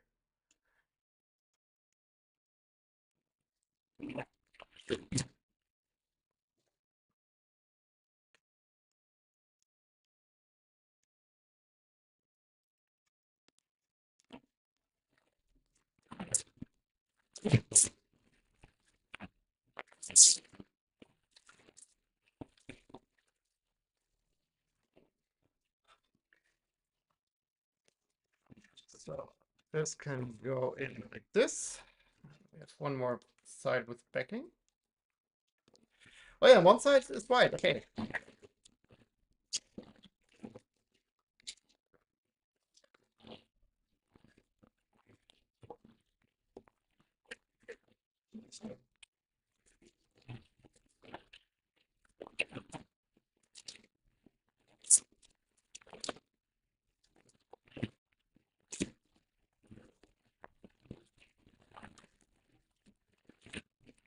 Not a nice peel.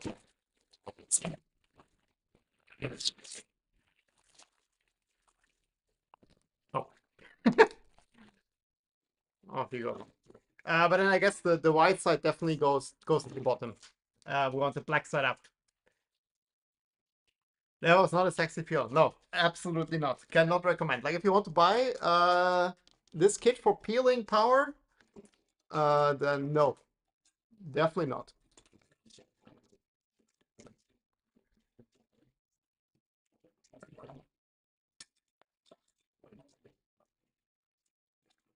Okay. Next operation. On the bottom of the stack,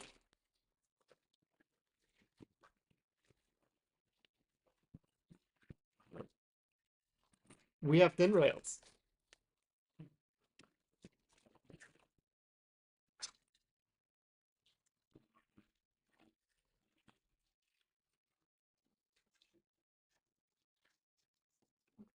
Okay. I think that is it. If we center them somewhat.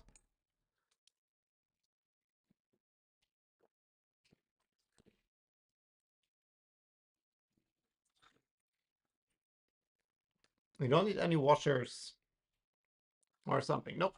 Just straight in.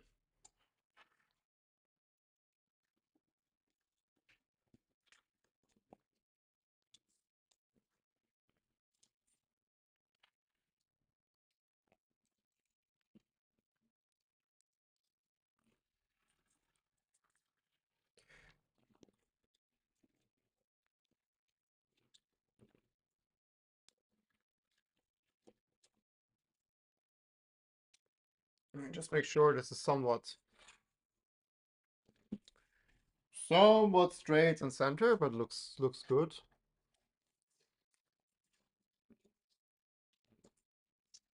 Not really mission critical if this is not aligned perfectly, but you know.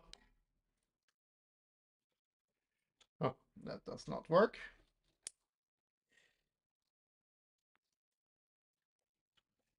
No? Yeah, we need to check like where my hex bits went. And I still have like quite a lot spare, but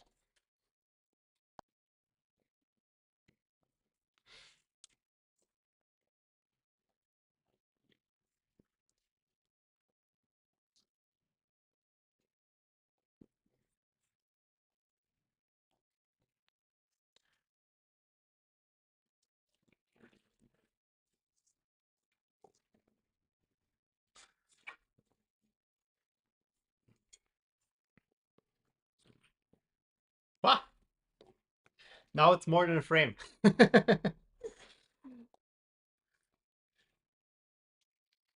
And I think this is not a perfect time. So basically the manual now starts with the feet. But as mentioned, like I want to double check the squareness of the frame later on my kitchen countertop.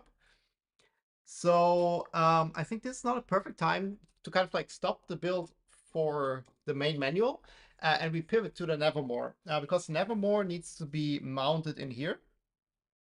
And very soon we will put on the bed. So if we check through the manual, so basically we are now doing the feet. And after 4 feet is very quickly Z lighters. Yeah, then we already go to the bed. So my suggestion would be like, let's get the Nevermore in place already now. Like there's nothing stopping us from doing that. And then we have quite some work left. But I still can like double check the squareness of the frame later on. Somebody also suggests, I don't know who it was like last stream, to install the bed way later than what the manual says. But I think I thought about it and I will just stick to the order of the manual. And that would mean that basically we feet and then bed. So let me see. Let me try to park this over here to make a big space. Yeah. And the extrusions we have left are now basically 1D, 2C. That's for the gantry. And I think the E is for X. We'll need to double check. But yeah, we have 4 extrusion steps. Was a huge pile of extrusions, and it's all gone. Just fits here. Perfect. Very nice. And actually, let's just build on top of that. So,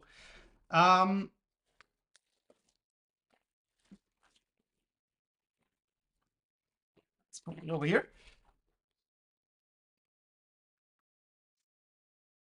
Let's see. Oh yeah, there's also like this Git, which is linked from the Formbot side. Here you basically have documentation and guides, so it's really like not a lot. Documentation we already checked last time. It's nothing besides STL, and like this diagram, which is not like a lot. The interesting part is more this guide here. So basically for the first thing, yeah, there's not much to do.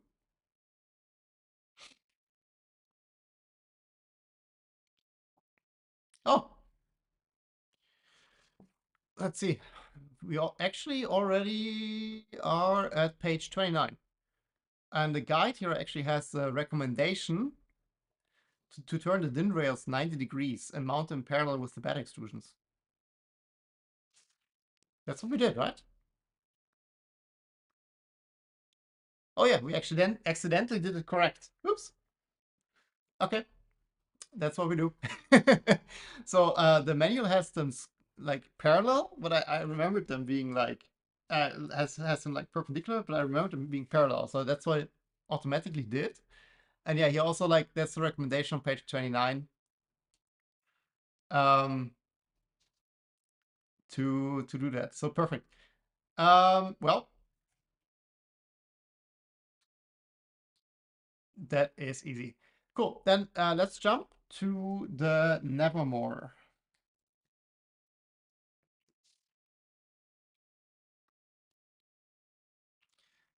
So we just did the Nevermore Git. And then, so technically the kit comes with the Nevermore V5. That's what's on the BOM. But the BOM of the Nevermore V5 and V6 is identical. The V6 is the newer model, obviously. And the main benefit I see from the V5 is that you don't have to take apart the fans. So for Nevermore V5, you have to take the fans apart and destroy the housing. And for the V6, you can just keep it in one, like the fans in one piece. So as the bomb is the same, so we have all the parts we need in this kit. Let's just build a newer model. So I printed the newer parts. It's actually not a lot you need.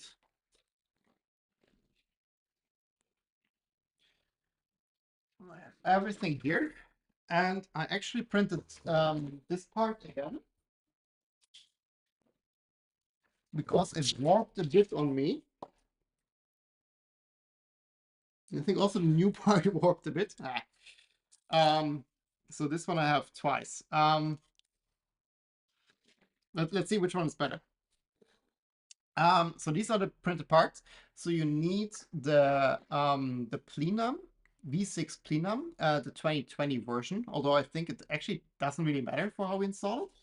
So this part is the plenum, and then we have the cartridge, which you need, and we have the cartridge 90 degrees. 90-degree cartridge. So the difference is basically the normal cartridge has these vents on the front, and we have the one with 90 degrees facing upward. I now also saw from like some other video that they use actually the front facing one with the 2.4. My understanding was that you use the upward facing ones because you basically, the bed basically ends here. So if this is the bed, and then you blow the air up to like circulate it a bit better. Not quite sure which one is better. I think it actually does make a huge difference. I think Neo mentioned the filter, which is like a different model. And there basically they also use the front-facing ones, and they blow the air under the bed basically. So yeah, I'm not sure if this is like a huge difference. I use the upward-facing ones as well since the door is so close to the exit. Yeah, I think the upward facing one is also what is meant for 2.4. I was just like super confused because I saw like in this instruction video that I watched like this week, they used the front facing ones. And, huh. Because the front facing ones is more like for the V0, for example, where like you install like vertical on the side and then you blow it out top. But yeah, I'm not sure if it makes a huge difference either way. So I have the 90-degree one. I use that in the V0, but not the 91. Yeah, exactly. On the V0, you have it exiting on the top, because otherwise you blow it on the print, which might not be desired. Yeah. Yeah, so these are all the parts. So we have the plenum is the part with the fans. There are also different versions for that, depending on like if you have honey badger or Sunon fans. Seemingly they're a little bit different. Not true. I don't have that, so I printed no one. So the kit comes with like some random fans. Then we have this like thing, like this hatch here. And then we have this part where I think also Neo, you mentioned you broke a couple. So this later basically is fed in here on the side. And then it goes over the top to close it. Like this is the port we have to remove in a second. I'm pretty sure like if we use the more flexible one, it should be fine. Okay, but yeah, these are all the parts. Let me quickly actually start with just cleaning up this one here. I added the brim because like this one, you might see it like it warped a little bit, like you see here, like there's a bit of a gap. So it, not a lot, it's just a tiny bit, but I was like not pleased because I was a bit concerned that the warp caused the gap where like the air goes out. So I tried again. We'll see in a second if there was improving things.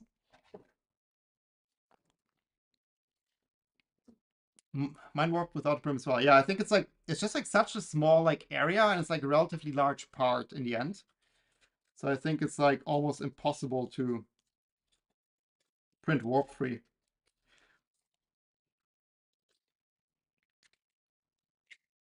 I wanted to like buy one of these deburring knives like forever. Like every time I clean up a brim, I'm like, oh, I really should buy one.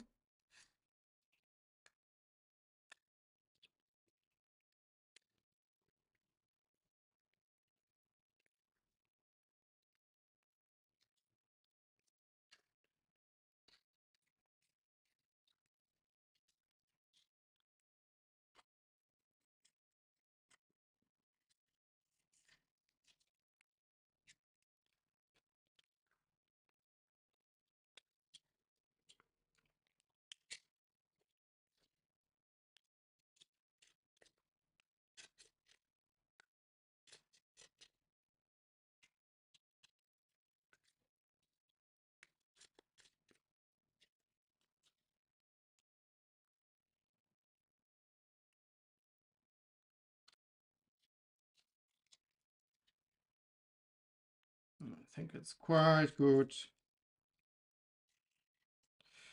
And this just came out of the printer like exactly at the start of the stream, so brand new. Okay, let's just go through the manual then. Oh, let me actually quick check if this is not better. Ugh, it's even worse. It's even worse. Yeah, you can see there's like quite a gap here. With the old one, it's actually also like, uh, I think it's fine. It's not perfect. I mean, like you also don't see it later, so. Yeah, seriously, like the one with brim is even worse than the other one. I think what also happens here is a bit, because if I printed on the V0, and this is basically the size of the V0 bed. I think also like when you print so close to the corner, the magnetic bed always like tends to lift up a bit. I used it after breaking the lids of wobbly parts. I don't know what to call them. Yeah. Well, let's use the original part then. It doesn't have a brim and it's less warped, so that's a clear win. Okay, so this is how it's supposed to look like in the end. Let's skip through all the things. So the bomb should be included in our kit, so that's all good. Support removal. So we have a couple of supports to remove, which is these parts here on front.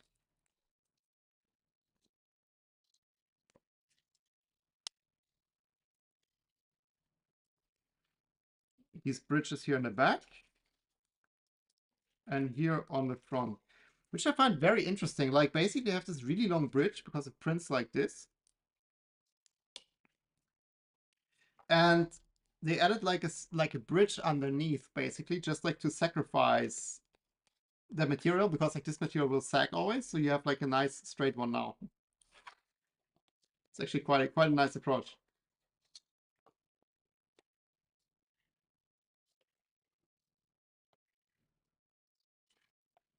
Does this fit though?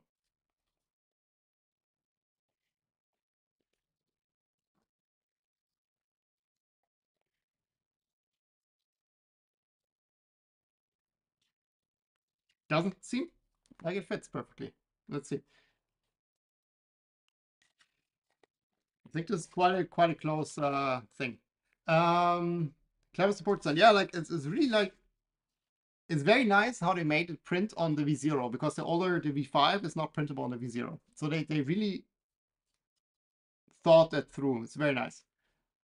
Angle it by putting it in top first.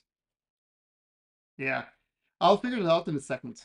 I think from a shape perspective it fit. Like it looks like it fits. It's just like quite a tight thing.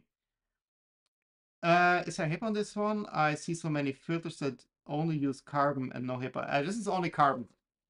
Only carbon. Oh, there's one more support here on the bottom, which also breaks out very nicely. Okay. And for the cartridge, we have this huge area here.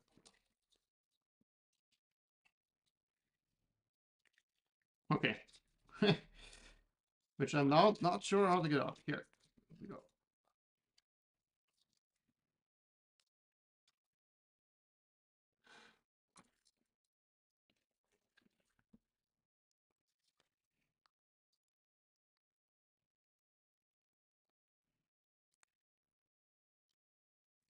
Let's clean this a bit up.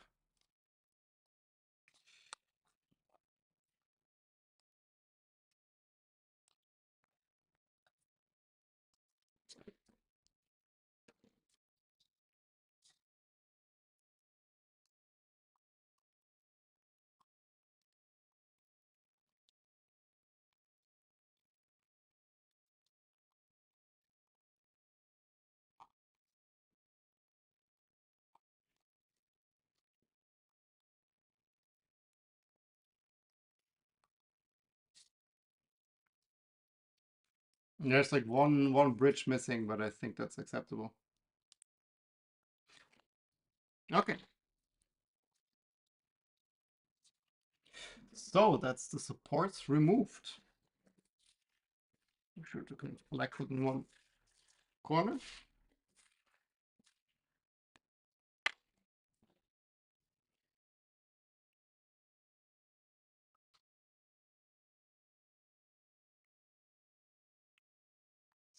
So we built a plenum.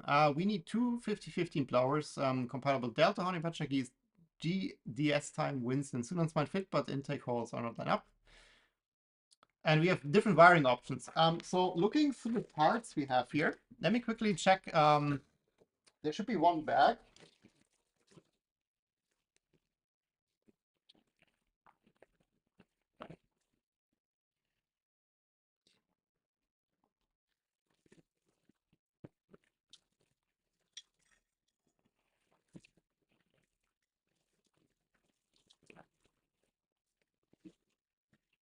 There. Okay, so here we have one pack saying for Nevermore. And we have a very small pack of active carbon.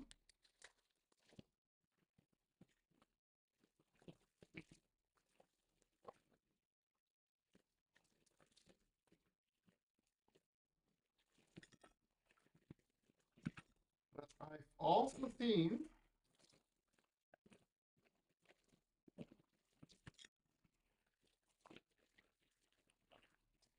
um, for Nevermore. And I think this was it with for Nevermore.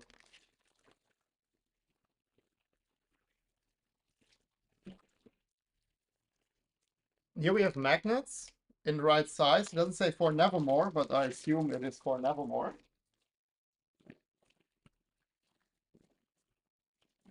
That should be it. That's all we need. So we have the fans, the coal, the Vagos.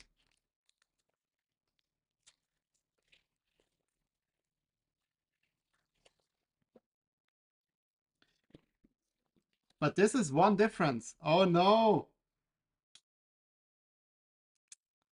So the V5, they give us like 3 Wago. They give us 3, but the V6 is made for 2. Okay, so I mean, I'm in a very lucky position. I have them now. I have my whole Wago box. But then if somebody buys this kit, be aware you're missing the Wagos for the Nevermore V6. So either get them separate or build the V5. Although I'm also like, I think I didn't use Wagos for the V5. I mean, like, you can also build it without Vagos, right? Like, you can basically just solder the wires and put them here. I also built my V5 completely without Vagos. And then these go in here.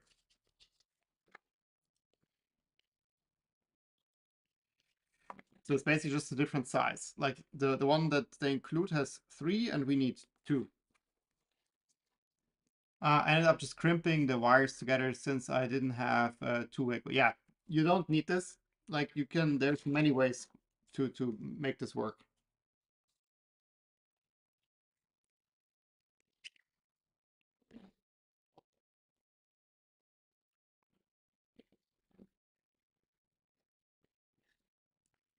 Many ways to make this work. Okay. Yeah, it also says here like multiple options making this work. They also have this option here with the JSTs. Which is also fine, right? Like if you, but then you have to crimp JSTs, not really in the mood. They also put a JST2 here on the exit. So let's see.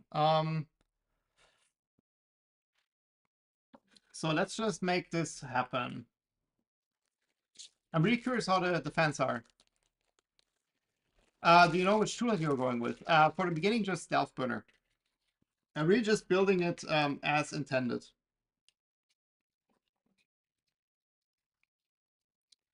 Exactly as intended.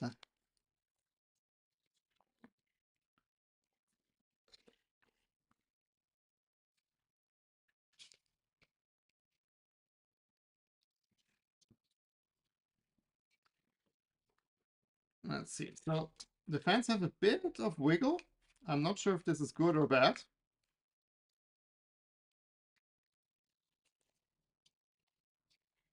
There's not really a way to like fix them in place.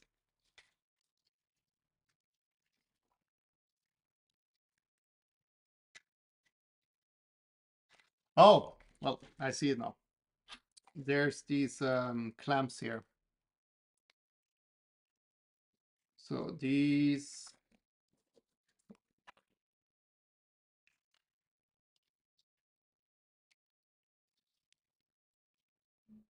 hopefully fit.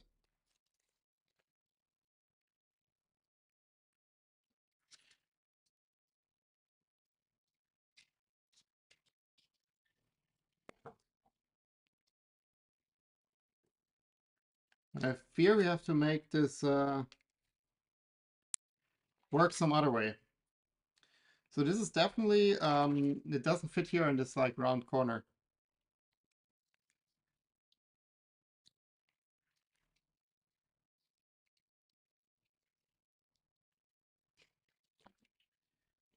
Let's first try this fan. So these don't fit.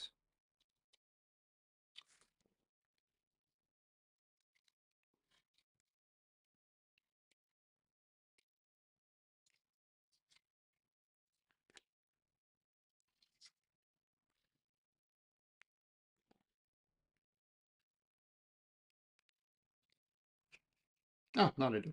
So you really have to pull the fan backwards. So what I did now is basically you just, when you put it in, I just used like tweezers to really like snap it in. And it was like this like snap sound, and now I think it should fit.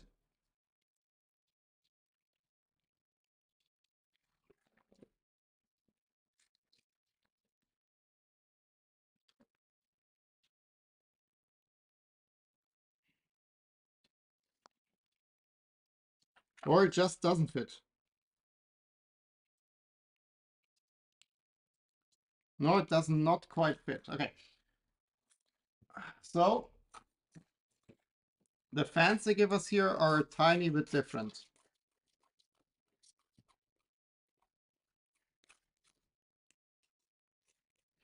Well, nothing we can't fix.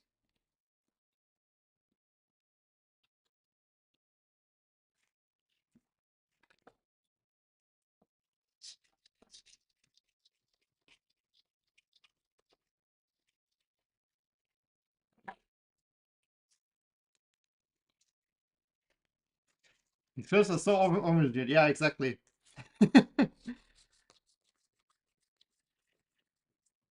I feel like you could do this simpler. um,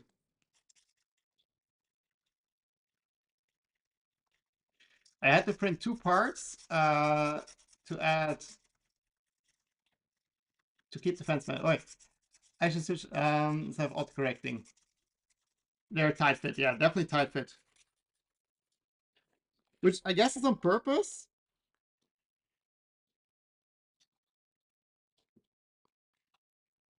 But this is like beyond tight because it just doesn't fit.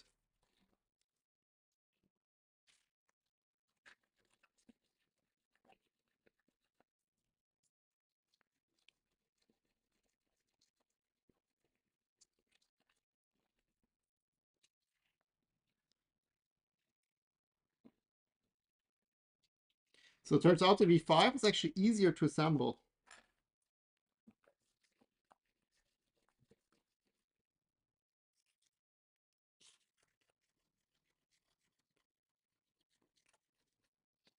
But I'm actually really not sure if I need these clamps here now because like this is like really like this is in place. Like I don't think that the clamp will add anything to that.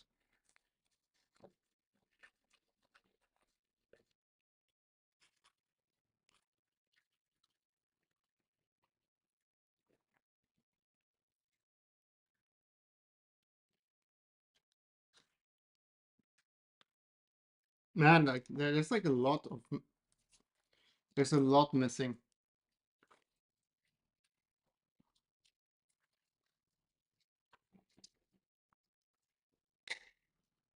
I really wonder if I need them. Because this one is like rock salt, this one is like a little bit. Maybe I need it for the front one.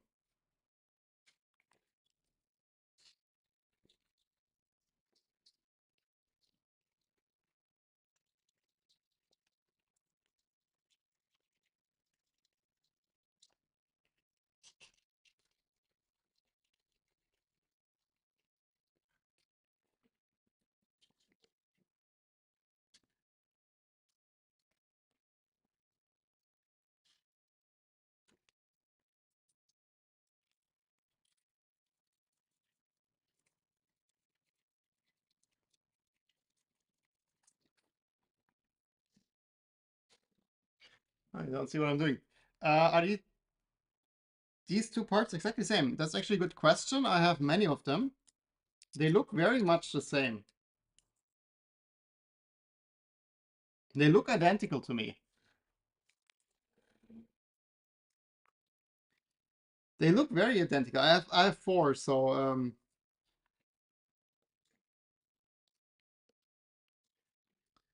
speaking of four, where's the last one? Here. Yeah, I'm pretty sure they're the same.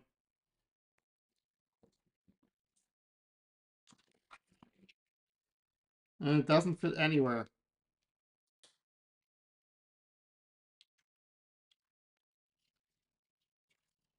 Just to check, without fan they fit. Yeah, without fan they fit.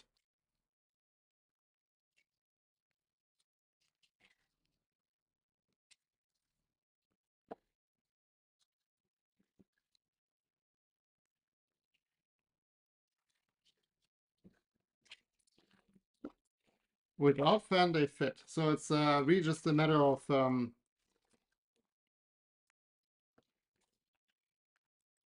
making it work.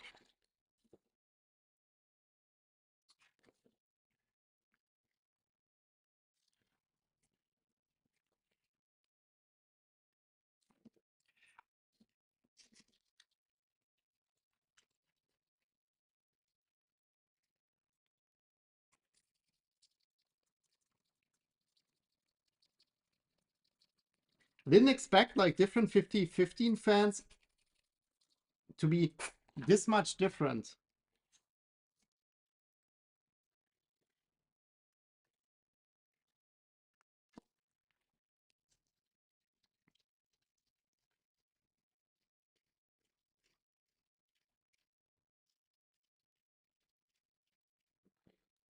Worst case, we will just glue them in place, to be honest.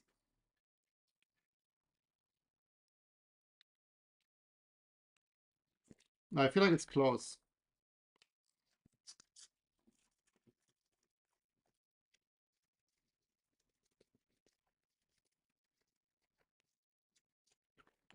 I feel like it's very close.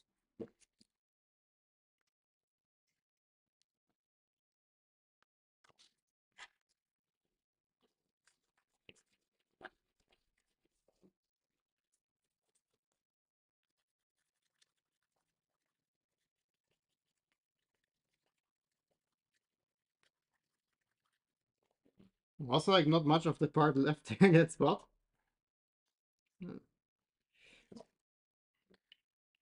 Maybe it's even quicker if I just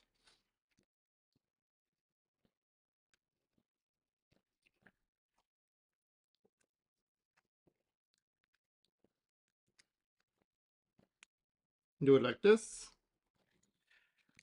with a knife.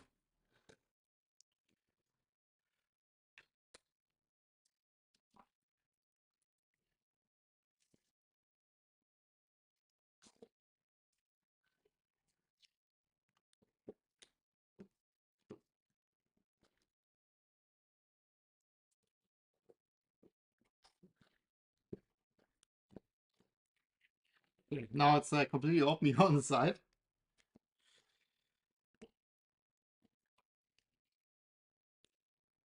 Ah, success. Now it's here a bit.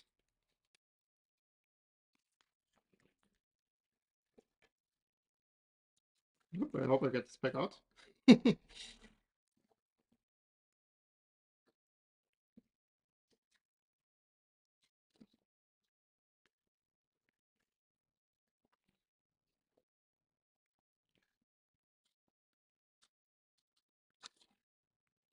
I really feel like Raidkeeper, you're like onto something here. This is a bit over-engineered. Nah, shit. Okay, to be honest, this is in. The top part now broke off here, but this is in. This is fine. Like this doesn't go anywhere. And for the other side, the lesson I now learned is we don't even file. We just cut off here the end.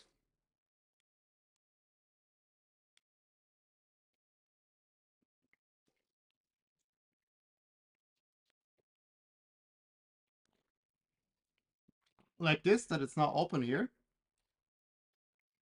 So the complete part looks like this. I just took off the edge here. And then we also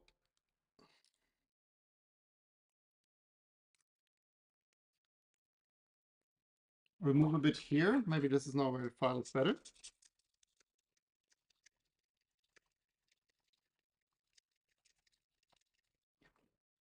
Let's make this a bit thinner.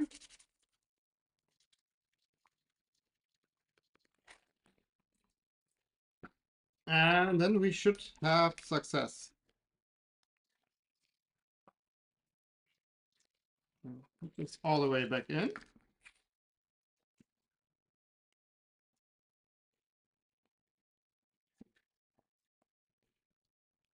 Yeah, like this goes in quite well. The front part here is still a bit problematic. I'm gonna quickly just cut off here like a bit of the edge. Make sure we maneuver this in here.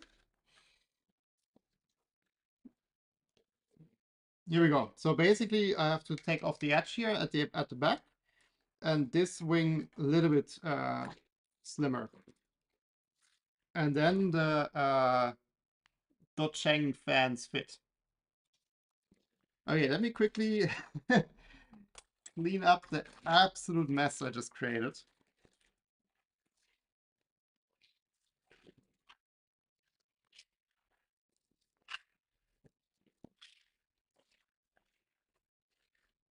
But this is way better than the V5 in the sense that like you don't have to destroy the fans. So this is like a massive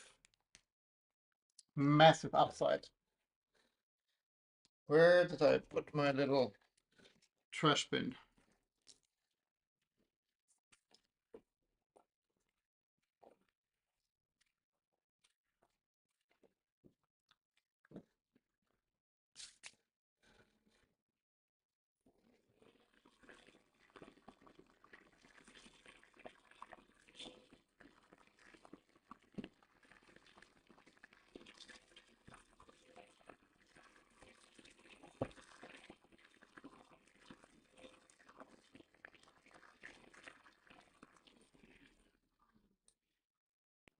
Now it's clean again.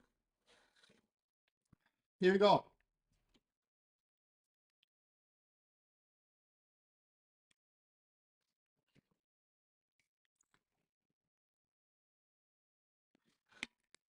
The fans fit, but not the parts that keep in place. Exactly. So then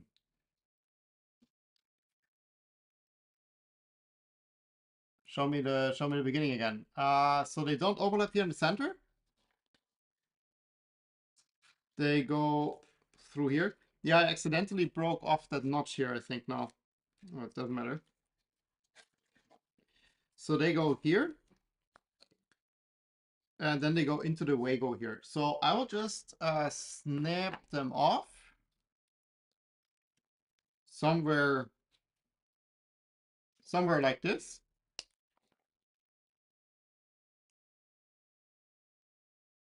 And then we separate the two leads a bit.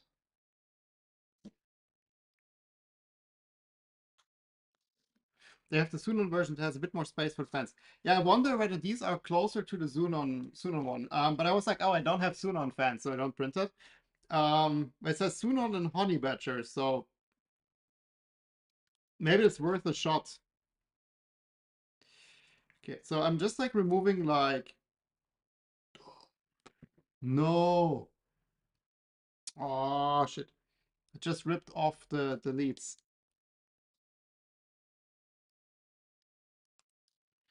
This is not an indication of high quality cable.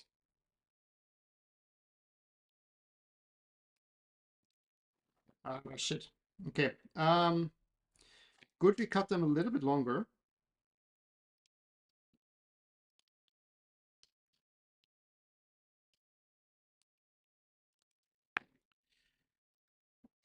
Let's see how we can.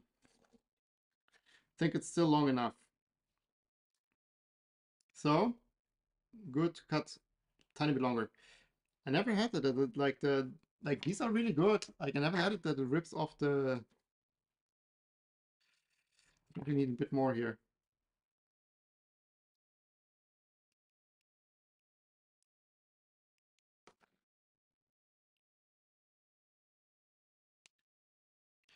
Okay, so we now twist them just together. Black, black, and red, red.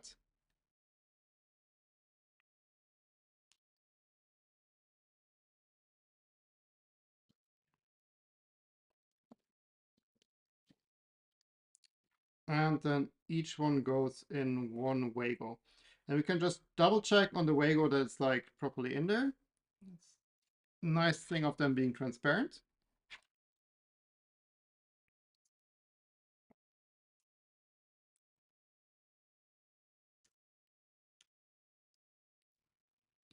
Let's put the red one on top because it's a bit shorter now.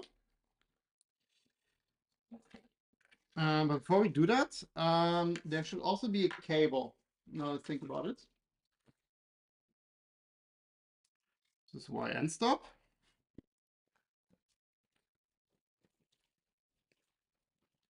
We should have a cable for the Nevermore.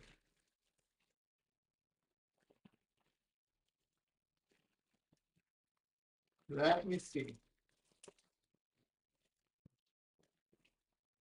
Yeah, for Nevermore. Here it says for Nevermore. Let me see what kind of cable we have here. Yeah, so on the end it's just crimped with some flat metal. So that is fine. We just insert it here into the other side of the Wago.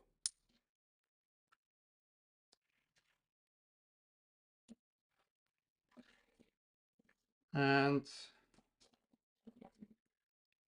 then, so we do the leg first.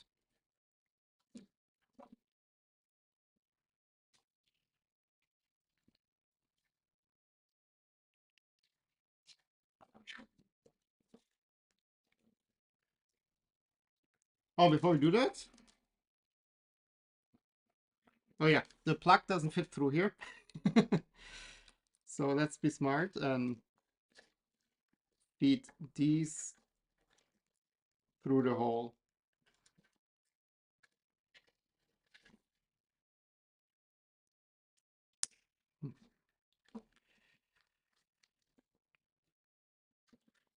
Okay, let's see, so this is a bit stuck here now.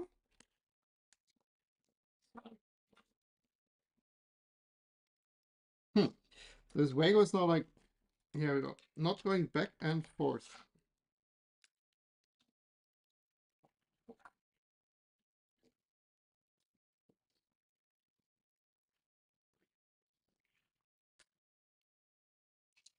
Yeah, it needs to be flat.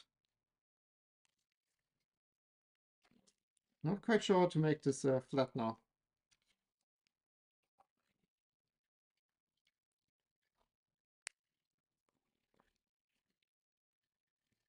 I think you have to angle it a bit more in.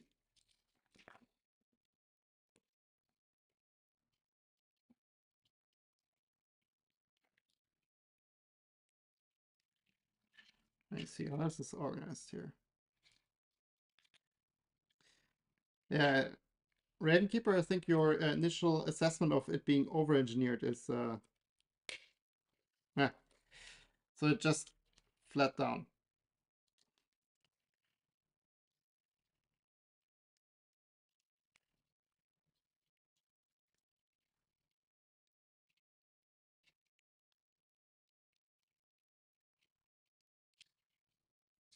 Okay.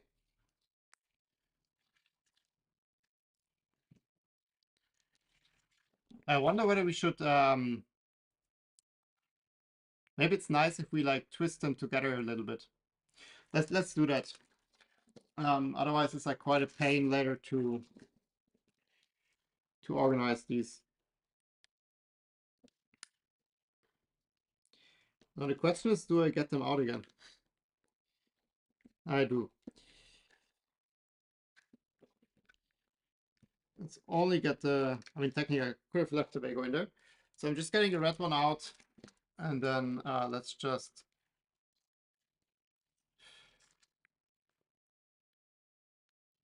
wrap the red one around the black one a couple of times, just that they like stay together. That will make the cable management later a little bit easier.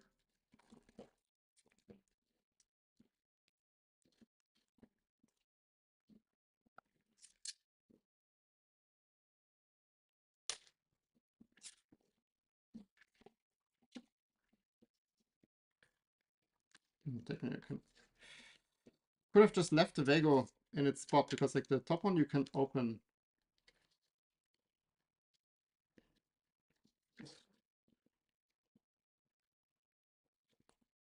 While it's in here. Yeah, now this is like more like a unified cable and not like two individual strands.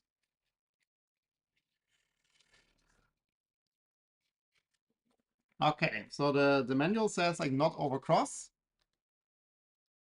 Insert the narrow end first.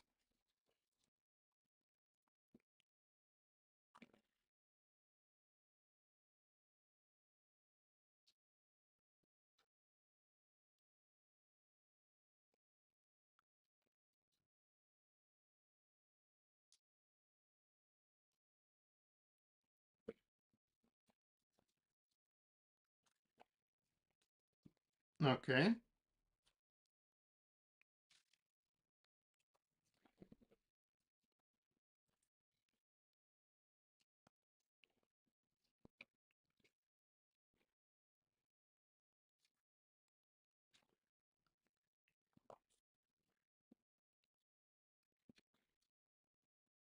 I don't know.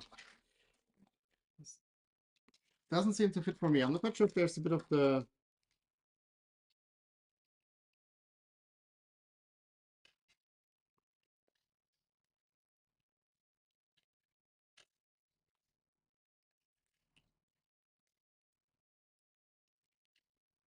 this support still in. Doesn't seem like it.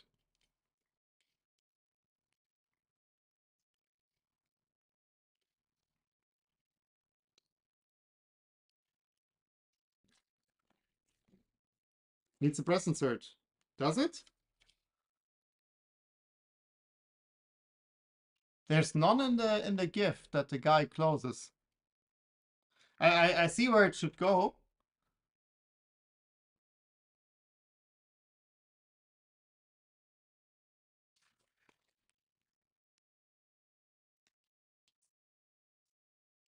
It's not mentioned anywhere. But yeah, it must be, because Steve, I agree with you, it needs one, but it's not mentioned anywhere. Which is pretty odd.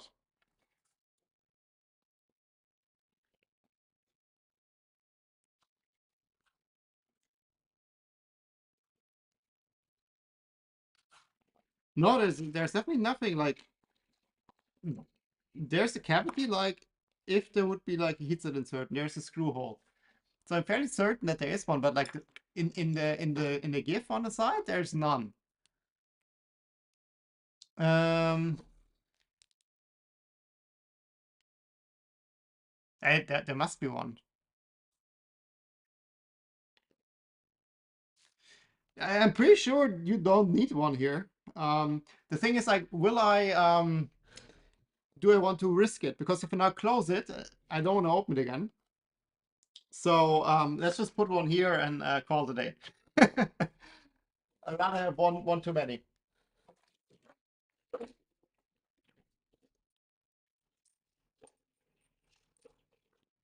You added one, okay? Let's add one.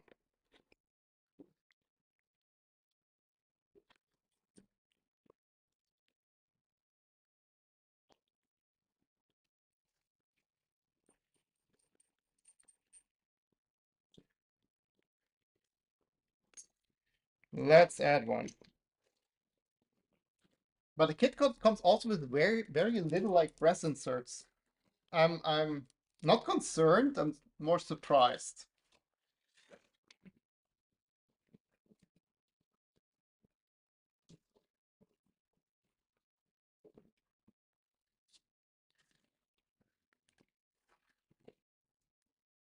Let me quickly put it down to like 290-ish.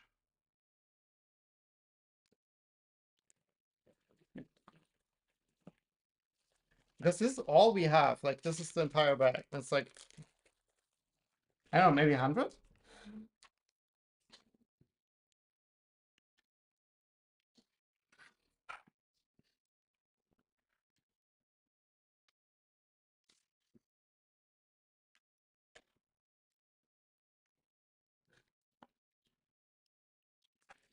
Okay, let's try to close this. I'm still like I'm almost convinced it doesn't fit. Like it's like I don't know, like you see that? Like if I press it back, like it snaps forward on one side.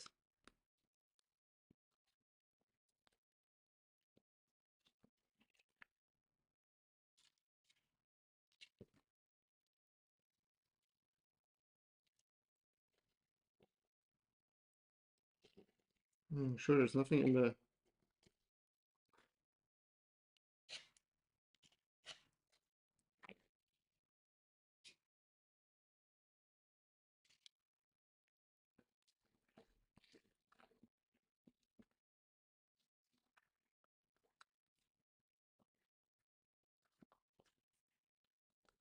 I think you have to do it like way less. Yeah, not, here we go.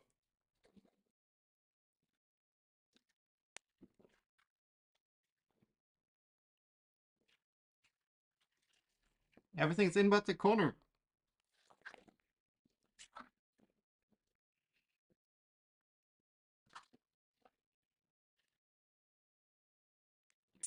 I should have started with this corner.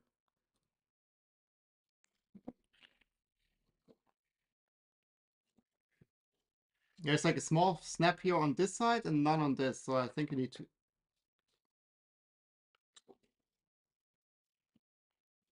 Man, why so hard?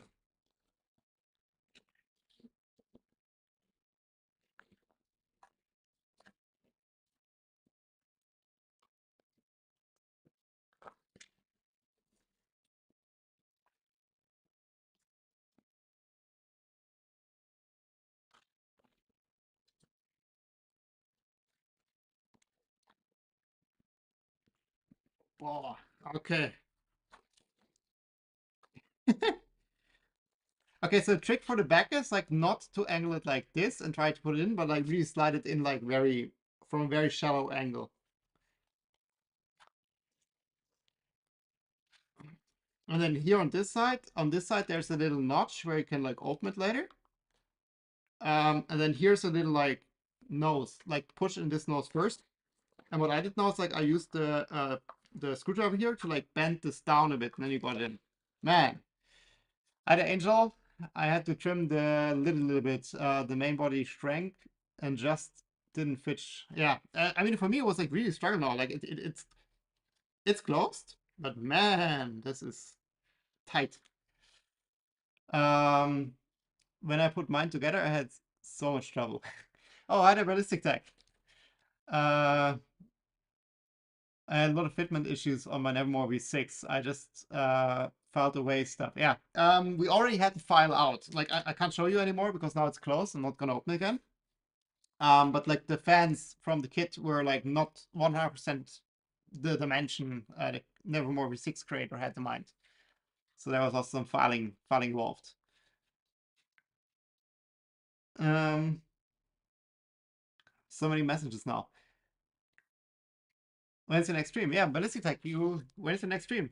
You haven't been streaming for a while. I also didn't catch your streams because it's always in the middle of the night for me. So unless I get up at like 5:30, I'm not catching them. Um, Look, it wouldn't be a normal stream. Exactly, Steve. It wouldn't be a normal stream if it would go all well. Close enough for me when I realized it was under the bed and nobody would ever see it. Yeah, that's the thing. Like, also this print is not perfect. This was actually better than the. It has a bit of like ringing, like very slight. I need to check the V0 again. See here, it's like a little bit of a shadow from the curvature. And for some reason, it has like on this part you don't see it as much, but on the cartridge you see it a fair bit. Like it has like a lot of like the VFA.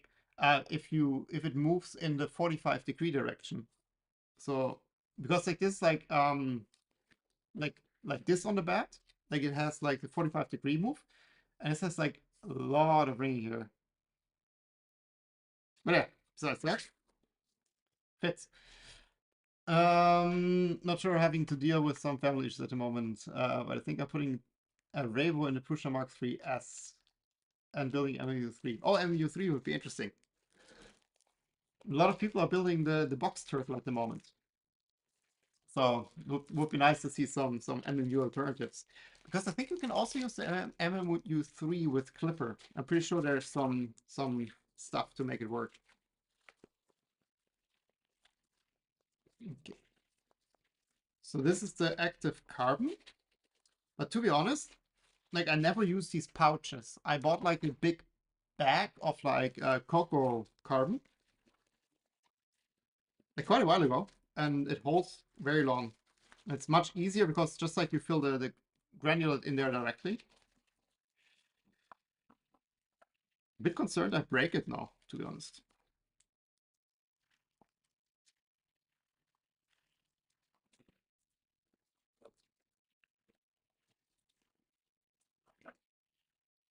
So if you massage it in, it should be fine.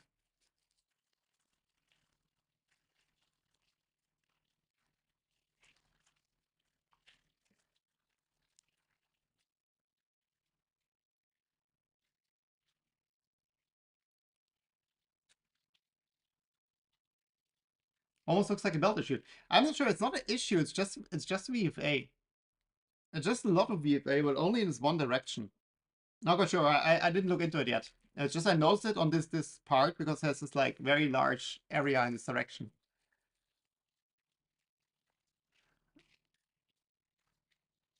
I think you're supposed to put the pouch.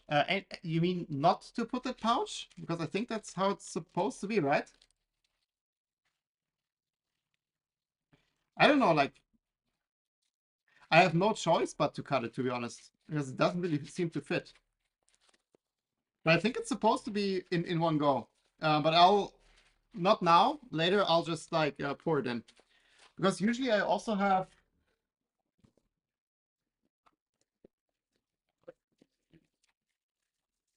it's almost empty now, but I have this. Got it from Amazon from a German company. And it's also like just a granulate. And that's what I pour in my V5, and that's super fine.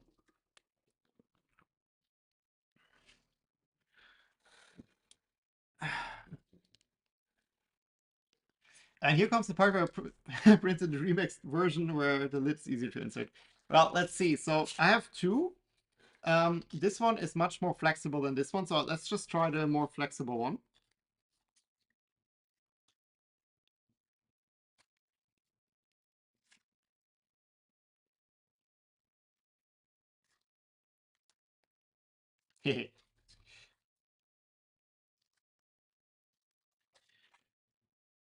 See if we get it around the corner.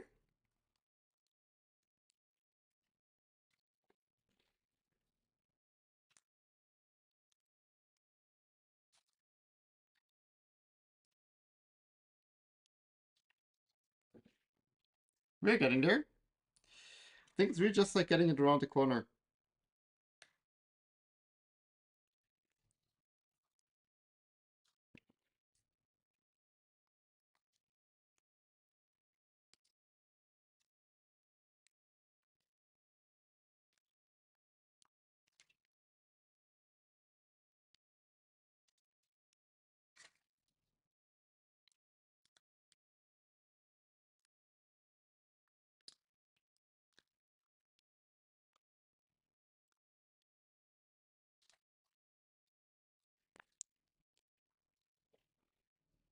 I think we almost have it.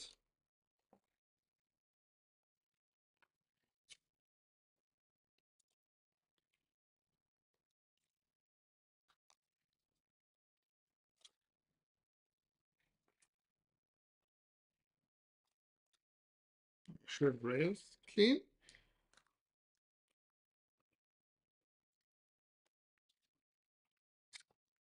Oh, it comes around the corner.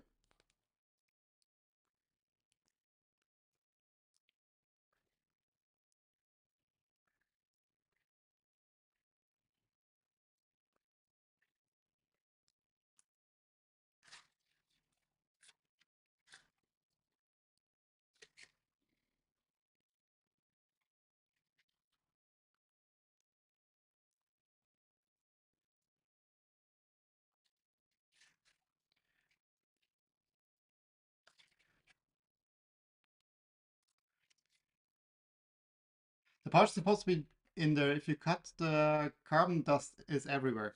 Well, that's the thing, right? Like, I also never have the pouch. Um,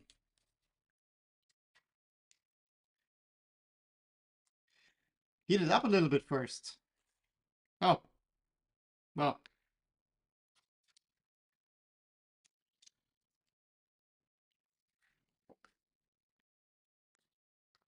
Oh yeah. For the first installation, heat the gel slightly. For instance, the three printers heat bed just below the glass transition temperature for a minute or two. Then insert from the top.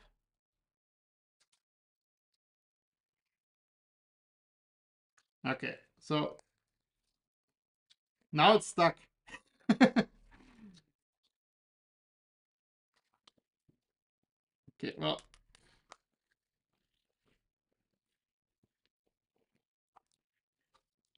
let's try it again. So we are supposed to heat this up, I understand.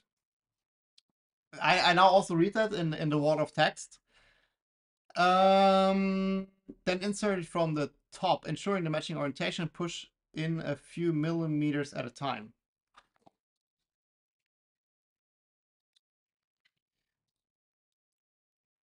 The critical moment is the first bend on the first insert. So provide support and help it bend along the opposite side of insertion. Once inserted, slide it in and out a few times. Okay, let's try this.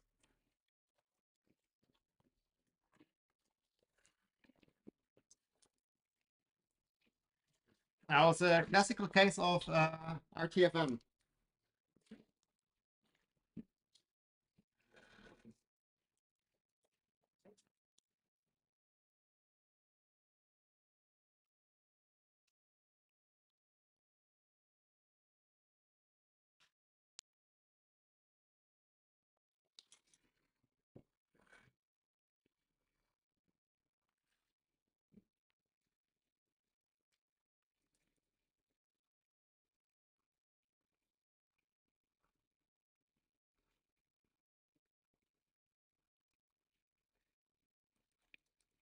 It's gonna crack. Yeah, well, it did crack.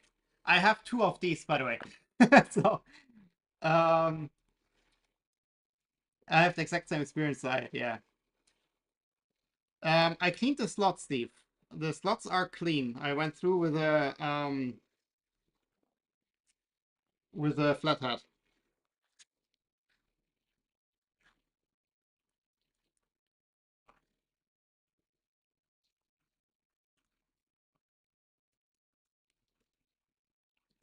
But to be honest, if that doesn't work, the important part is this one here, because this one we can always remove from under the bench. Just like I want to install the back part.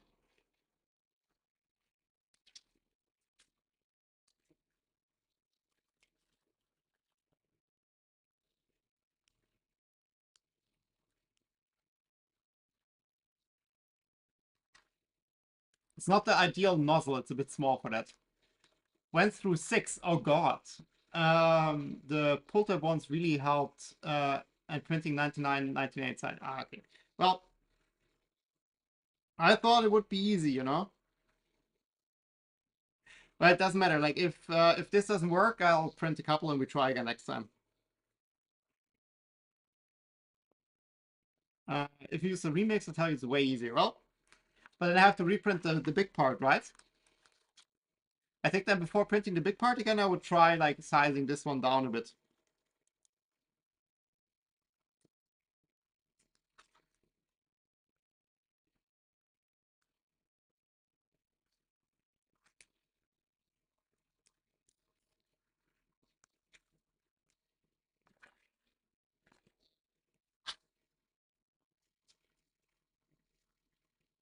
For the future, yeah.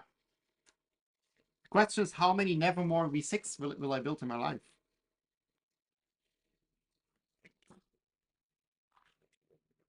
So let's try.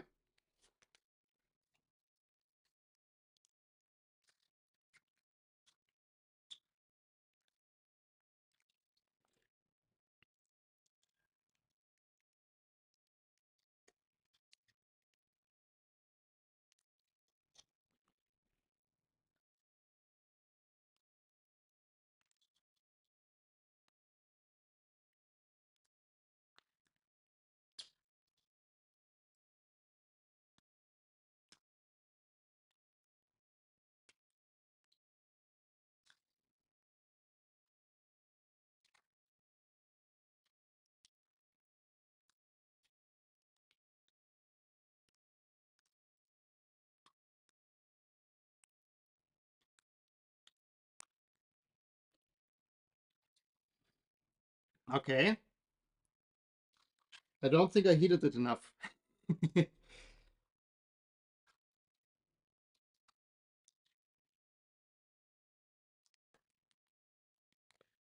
Nah, it already broke.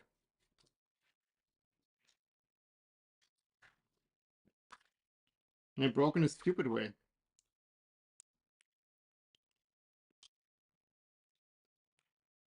Okay.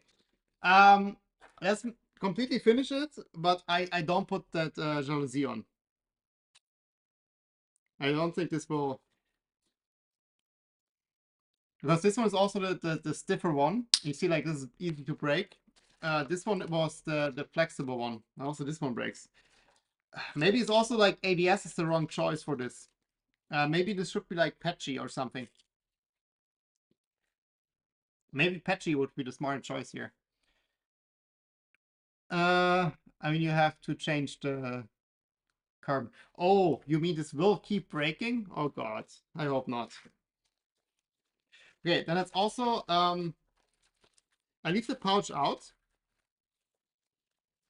I'm just curious if I can figure. I think you can fill it in if you just massage it a bit. But so far, I'm not really convinced about this V6 design, to be honest.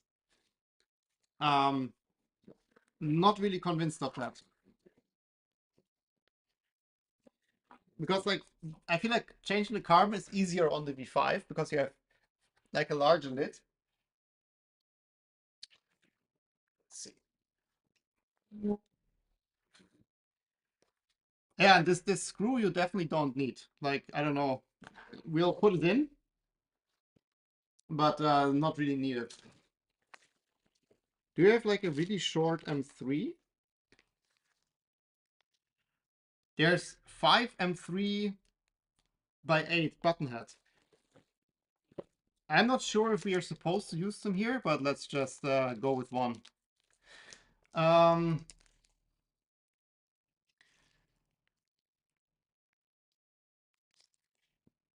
I just saw a remix.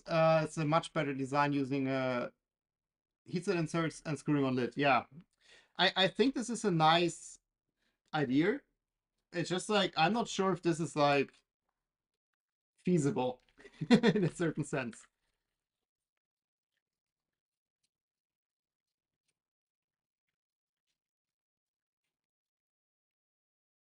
Okay, I'm not sure if we should use the screw here, but that's where I'm gonna use it now. Okay, magnets. Neo, can you send me the remix maybe on the Discord? Then I can check it out. Um, Also, Alex, like if you want to send a remix, there's a Discord link in the description. Just post it in the chat for the project. Did mine ABS just literally left it on the heat bed on my printer for at least 5 minutes to get it palatable. Yeah, I think that's also what we will do next time. Like if I try this again, I'll just have the V0 next to me, heat it to 110, and just put it on for like a couple of minutes, and then like try it. Um, it's a bit odd to design. There are nicer things on the market. Yeah, I also have a V6 clone here, by the way, in this kit. It's fine. It's doing its job. It's just like old school. Let's put it like that. If it's not clogging, you get decent print quality, then you should be okay. So I think V6 is like a fine hot end. It's just like very old school, bare minimum kind of like thing.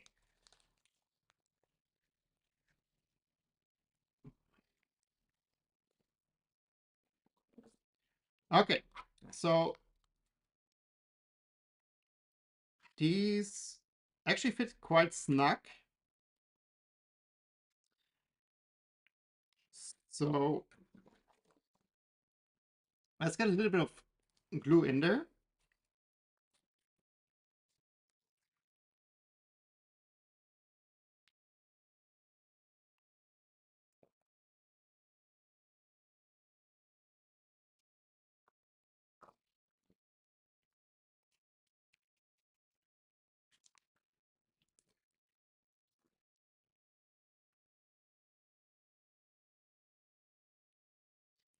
Oh, they're really snug.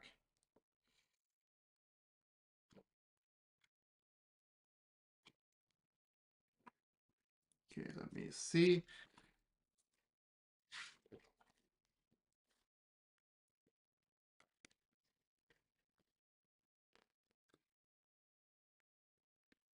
I'm just using the pliers to press these in.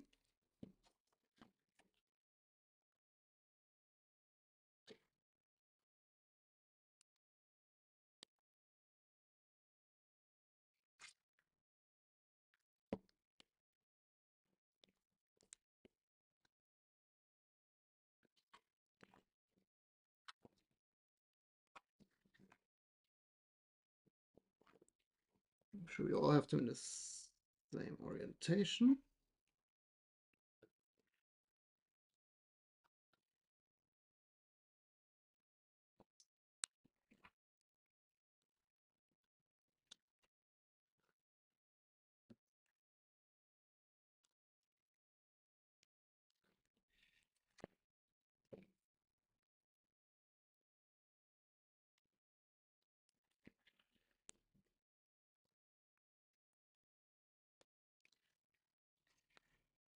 On this side, they're not super flush.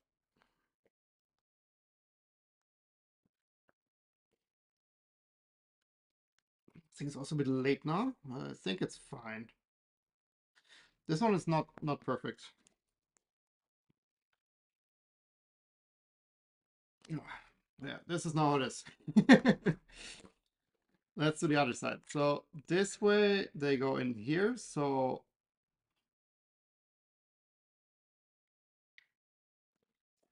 this way they go in here. Actually, here they're much easier.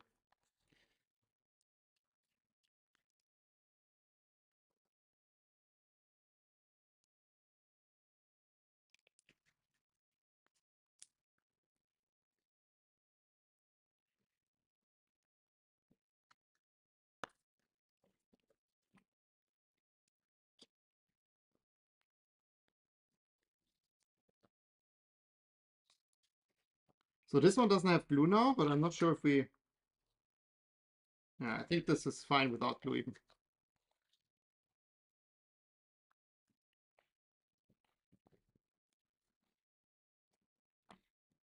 And it snaps together quite well.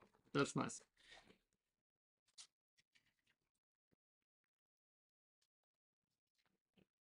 I'm just a bit annoyed about this magnet now being like a bit crooked. Like all the others are very nice. This one is a bit crooked. Well, it's like will be like very difficult to get out. So let's just live with it, I think.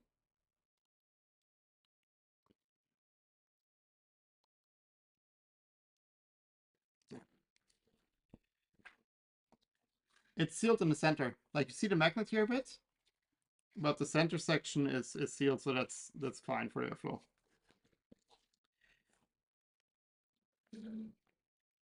Yeah, but it's basically it's a Nevermore. Like we don't don't have the lid. Let me give this one more shot. Like I think it's really like supposed to be with the bag. The thing is like if I remember correctly, there was like a difference between washed and unwashed carbon. And I assume in the bag it's unwashed, so if you open the bag, it might be dusty. Because the one I have is like I just use it without, and it's fine. Like I don't have any dust or something. So I think before I cut open the bag, I'll just use some of mine. And it's like if you get this kit right, they only give you this one bag.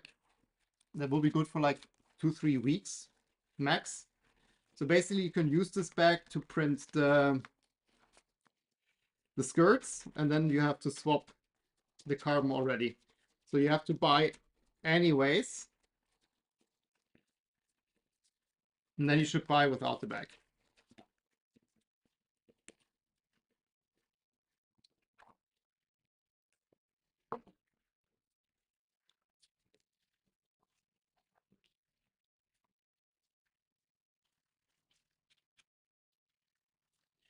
And also with the V5, like this would not be a problem. Like the bag would fit very well.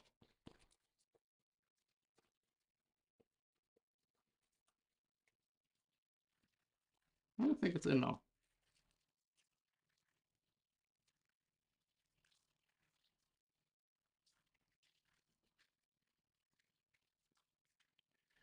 Just not sure if it would close, to be honest. Like it's in, and I think it would close, but like if we put it in for the first time, let's definitely do that without the without the bag. Please just look at the remix and you'll understand. Yeah, 1 second. Let's open this. Let me check. Did you send it already?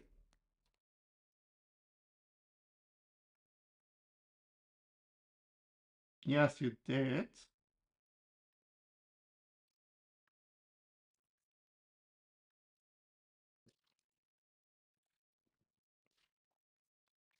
Oh, so it just opens from the front.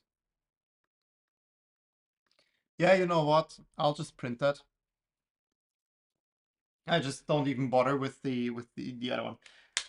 Maybe I give this one more shot, just like because I'm not curious to get it to work. But I think this is a better design. Um, yeah, I think this is better. 3 screws. Yeah. I'm questioning myself how air will get through there. Like with the bag, to be honest, I think it's too much.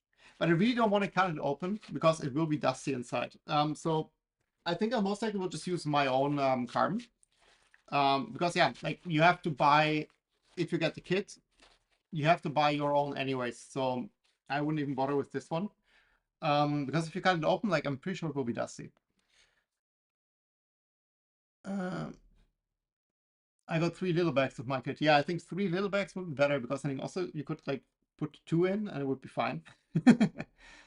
Random question: does the PC probe add any length to the 1.0? No, I don't think so. Sub millimeter maybe, but I'm pretty sure no. it's identical. So I don't have. Do I have the 1 second? So the PC probe. Well,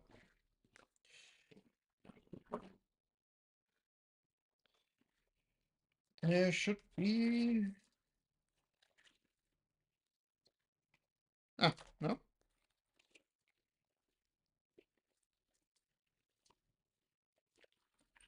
I'm looking for the heatsink.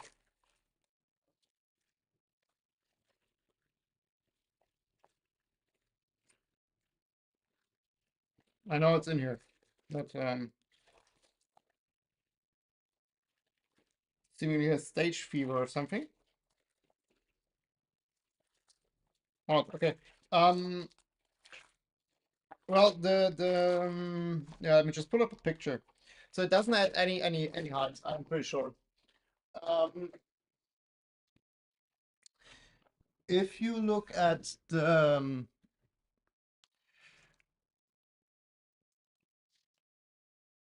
Voron Revo cold side, so this one is the PC probe,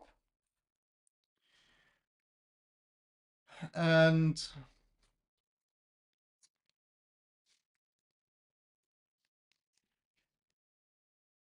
this is the normal one.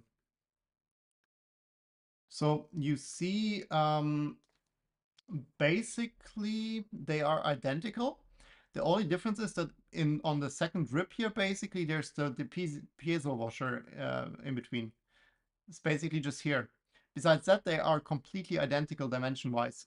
If you look from the top, you see here there's this ring, and the normal Revo Voron cold side does not have that ring. So for normal Revo Voron, it's like one part, and for the PZ heatsink here, it's two parts basically. So these like, or three parts, like these two on top are separate.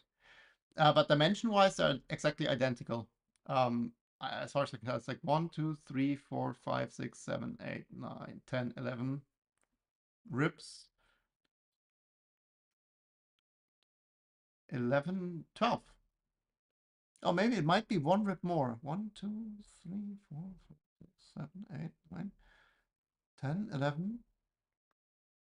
1, 2, 3, 4, 5, 6, 7, 8, 9, 10, 11. No, it's exactly identical.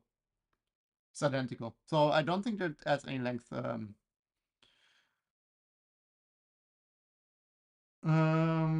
going to be following your stream for installing the PC probe for my new Voron Zero. So here's the thing. Um, I installed it. It works, but a couple of pain points.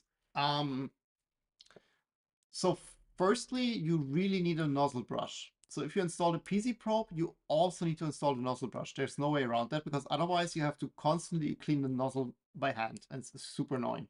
You forget that to clean the nozzle, and there's like a bit of filament on the nozzle, and then like you start to print, and the zap is completely off. It's like super annoying. So that's one thing you definitely want to do is also nozzle brush. The second thing is that might be something specific to my tool head, like not to the mini stealth burner, but like to my specific instance of this tool head. I had massive problems with vibrations from the fan, and this might be just something from the fan I have that like they're a little bit loose and that causes vibrations. Um, but basically, these vibrations cause the PC probe to randomly trigger. And then you have these like different presets of the PC probe, and some of them have a filter, and the filter is supposed to prevent this like false triggering from the fan vibration. And that did not work all too well for me. So even with the filter on, I sometimes had it randomly trigger, but I also had it the opposite, basically, that it didn't trigger at all. And then basically just like the Z motor skipped steps because it was hitting the hot end. That was worse after I switched to the CNC X carriage. So that was something to consider. So what I do now, if you join the Discord, there's a Discord link in the description. I'm gonna post my config with my macros. I'll have to clean them up a bit, but I want to do that like over the weekend. If I don't do it, remind me. So I'm gonna post my macros, and what I did now is basically I created the start print macro in a way that the fan is off when I do the probing. So I don't have to bother at all with the fan vibrations. And then works pretty well. The trick there is basically that you just set the temperature for when the fan kicks in relatively high being like 180. And then you, in the start print, you set the target temperature of the hot end to 0. And then basically, if the temperature drops below the set temperature of 180 and the target is 0, the fan turns off. And then basically with the fan off, you can do your probing and then you put it back to the printing temperature.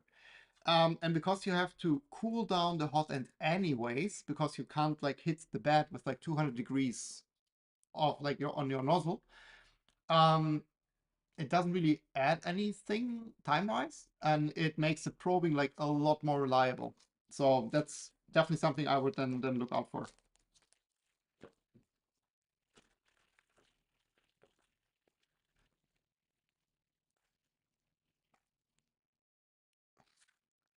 That's what my daughter is for. Your daughter is for cleaning the nozzle? Not sure if this is child labor or a smart move. Okay, so it's clean. Let's install Nevermore, I would say.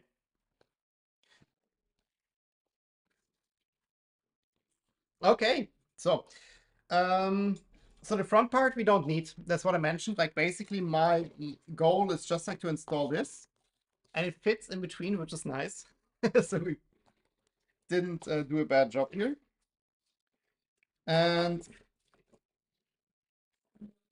yeah, so this is what I mentioned. So basically like the vertical here is just like blowing up air here. It's just like I'm really not sure where this is supposed to get air from. If I install it like this, in this orientation, it's completely like locked up. So I need to do it up like this, right? Otherwise I completely choke it. Yeah, exactly. Oh, yeah, ignore me. For some reason I thought it fits. Oh, it fits both orientations? Huh?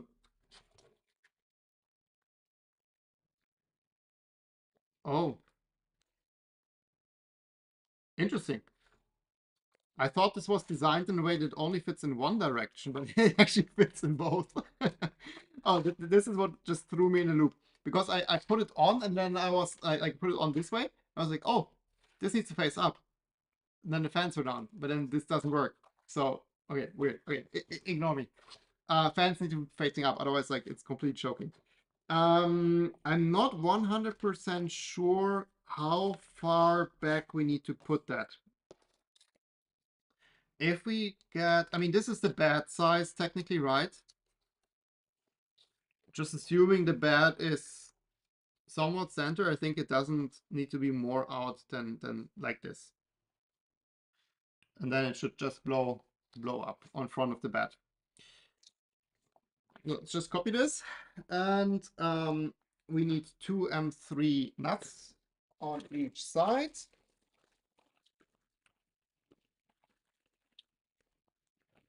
Which I said I wouldn't put back in the bag because we need them all the time.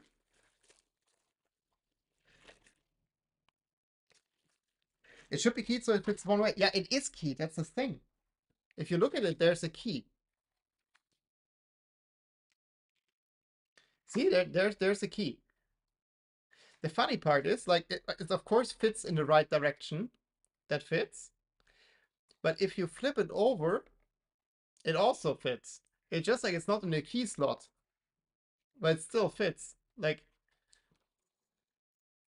it's aligned on both sides now. And this is like it fits. It's just like it's not in the key slot, it's like next to it.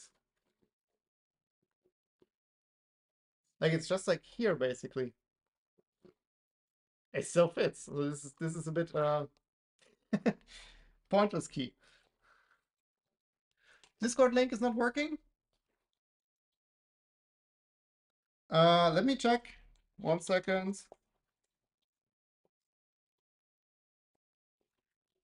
1 second. Let me quickly put in the nuts and then we.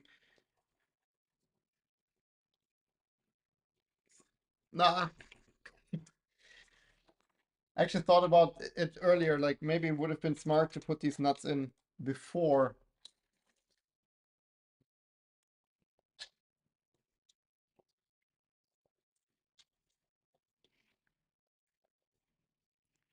But that's why I installed now and not later.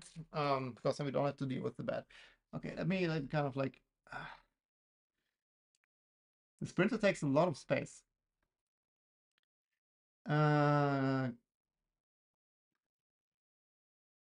Invite people. Copy.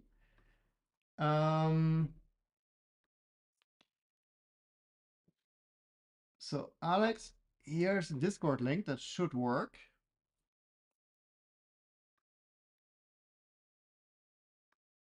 Let's make sure in the description. Oh, yeah, this is a weird Discord link. I don't know what happened there. Safe. There you go. Okay, but then back to Nevermore.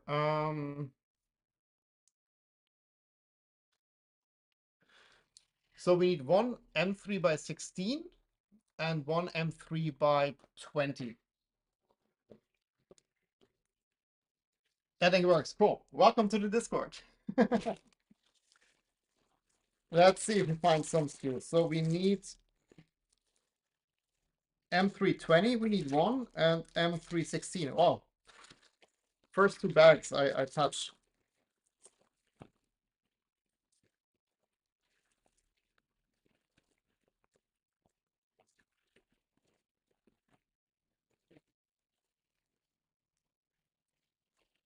And yeah, if I don't post the config, just ping me.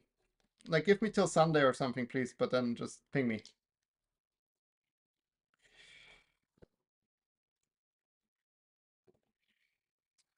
Okay, let's see if we get this in here.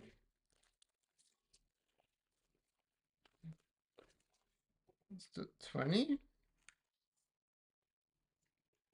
Oh, no, the 16 came out. Okay, so the 20 is in. Let me put my finger there that we don't lose the 20. I'm so curious about the fans.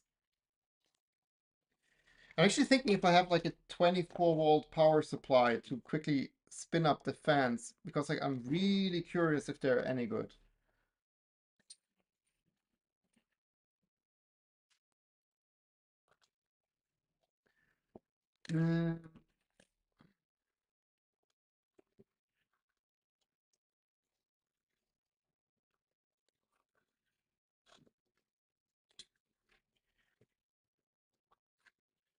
I tell you, this would be easier before. Ugh.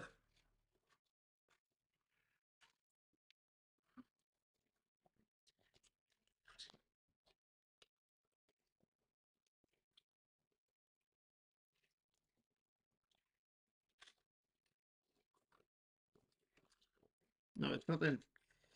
I thought it would be in.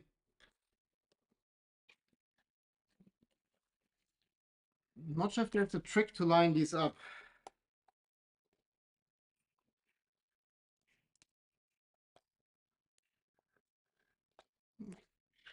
Okay, I think that the trick is to like have it slightly behind. Yeah, okay, so this side is now in. So I think the trick is like to have it the nut visible on the front.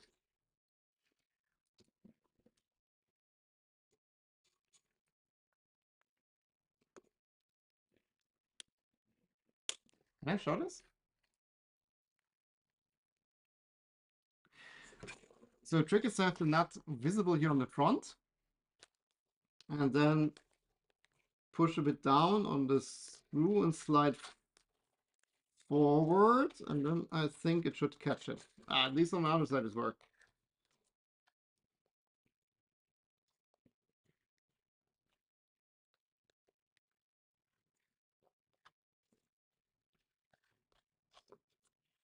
Yeah, I think now it has it.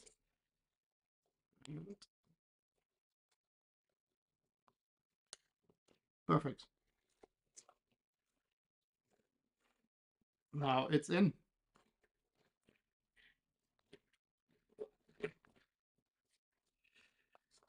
And then we said, so roughly this is the bed size, 30 centimeters. So I assume the bed is somewhat center, like yeah, it should be somewhat center, right? So let's just put it like here. This is also relatively easy later to change if it's not quite in the right spot, I think.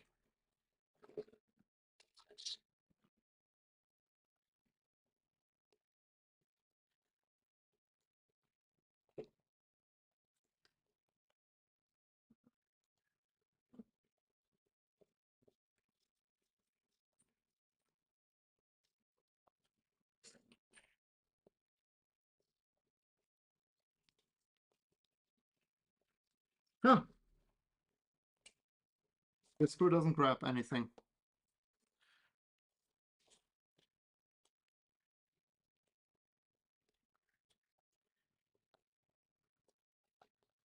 Oh, yeah, it doesn't grab anything because the nut is back here.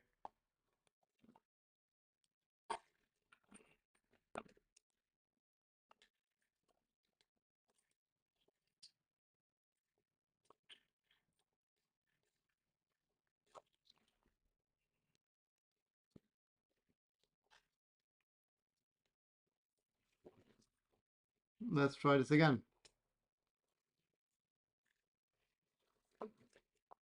No?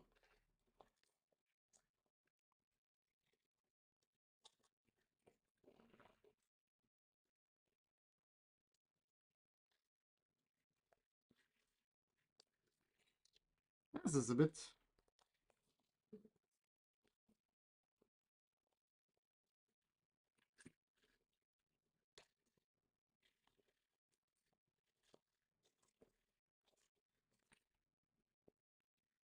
This does not want to go in. uh, you put the link to Never Expire. Yeah, it's never expiring, but the link that was in the description was really weird. I think it was a link to the channel and not an invite link. I think I copied the wrong thing. So I think that is on me, Steve.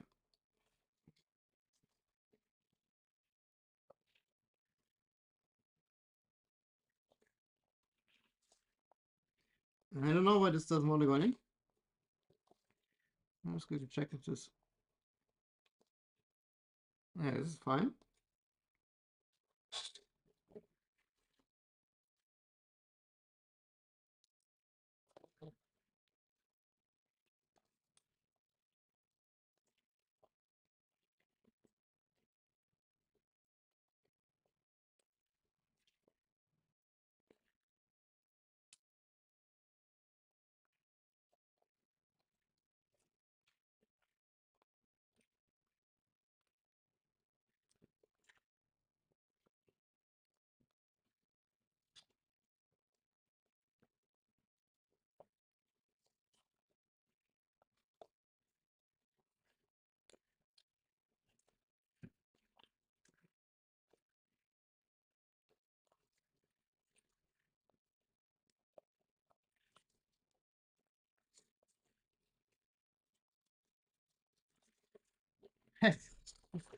I have no clue why this doesn't go in. It's like either it's too far back and...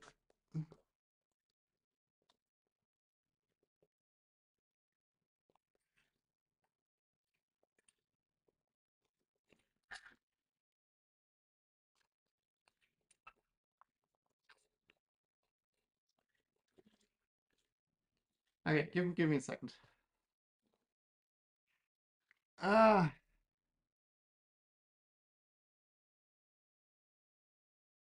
it's just as easy to take the front brackets off the extrusion. Can't move now the bolts on bottom. That is true. That is true. Let's do that. Because otherwise I'm going crazy here.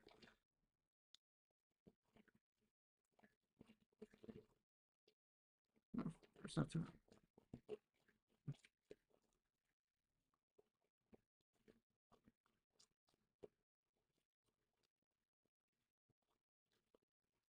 Let's do this.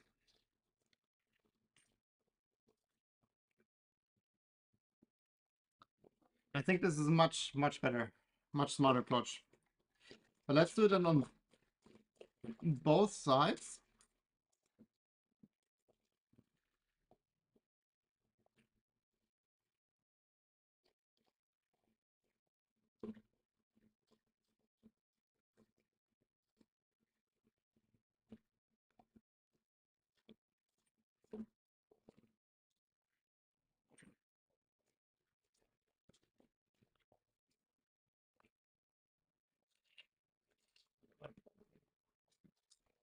And then I would also maybe use the different nut style here on these. I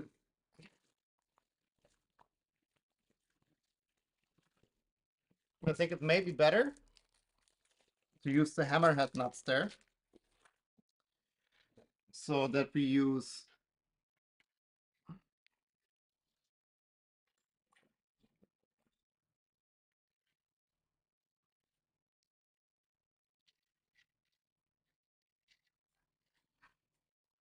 do it like this.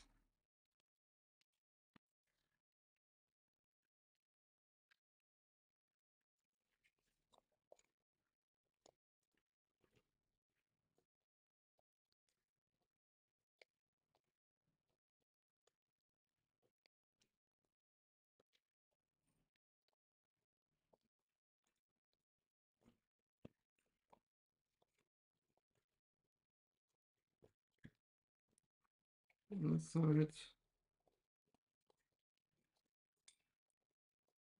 other side also to fit.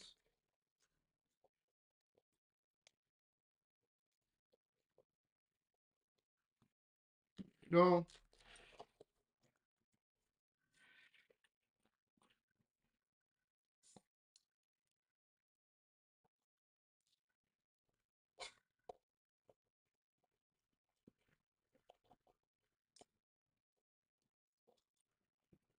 I think that's a better approach, Steve.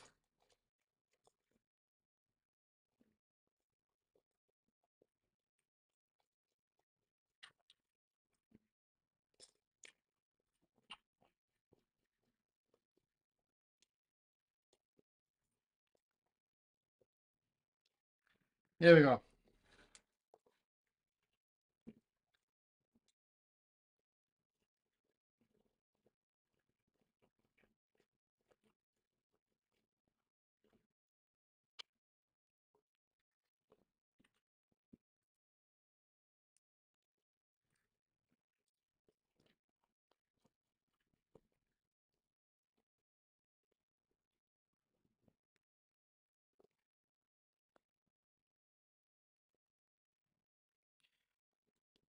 And now we can position that.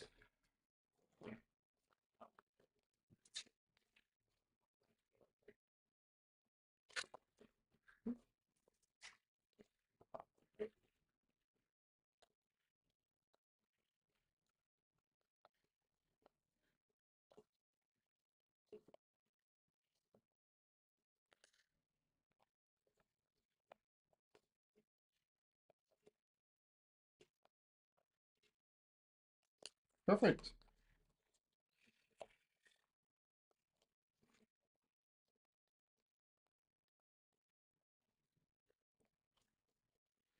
Thank you, Steve, for this very good hint.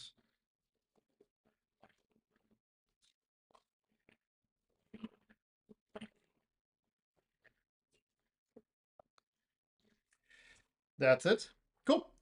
That was kind of the goal of the day. I mean, like, if you don't tell anyone that this is missing, it looks pretty complete. We'll try that again, like, next stream, or like, I mean, this is not important, right? Like, this is accessible. At any point in time, we can do that. The only thing I want to quickly do is, we have the cable here.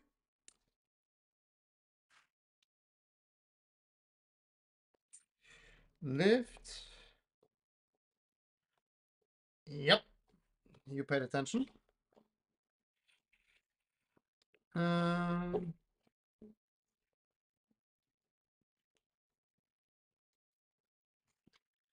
this would not have been any problem, like, because you can just like fix it with the gantry level.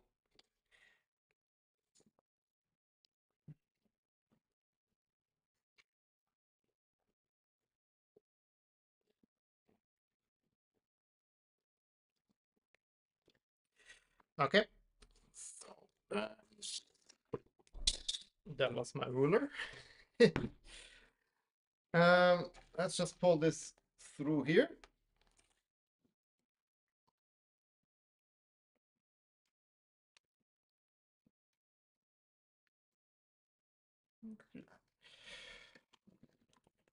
Move the camera back up. So we have this here, and now what I would do very professionally,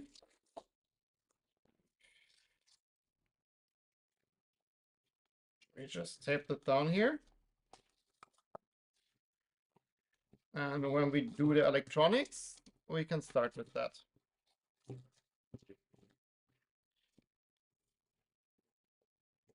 And then basically this is now already in place, and we can next time do the bed and everything. Cool. Yeah, so this is really like kind of like the milestone that was planned. So everything went according to plan, basically. So we have a frame, which as I mentioned, I'm gonna double check tomorrow morning.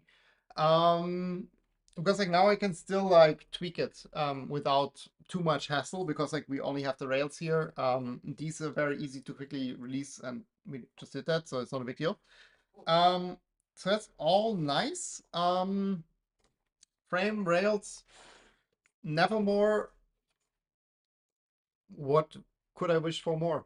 Also my screen now decided to go to standby, which means we are streaming for 4 hours. Yeah. Cool.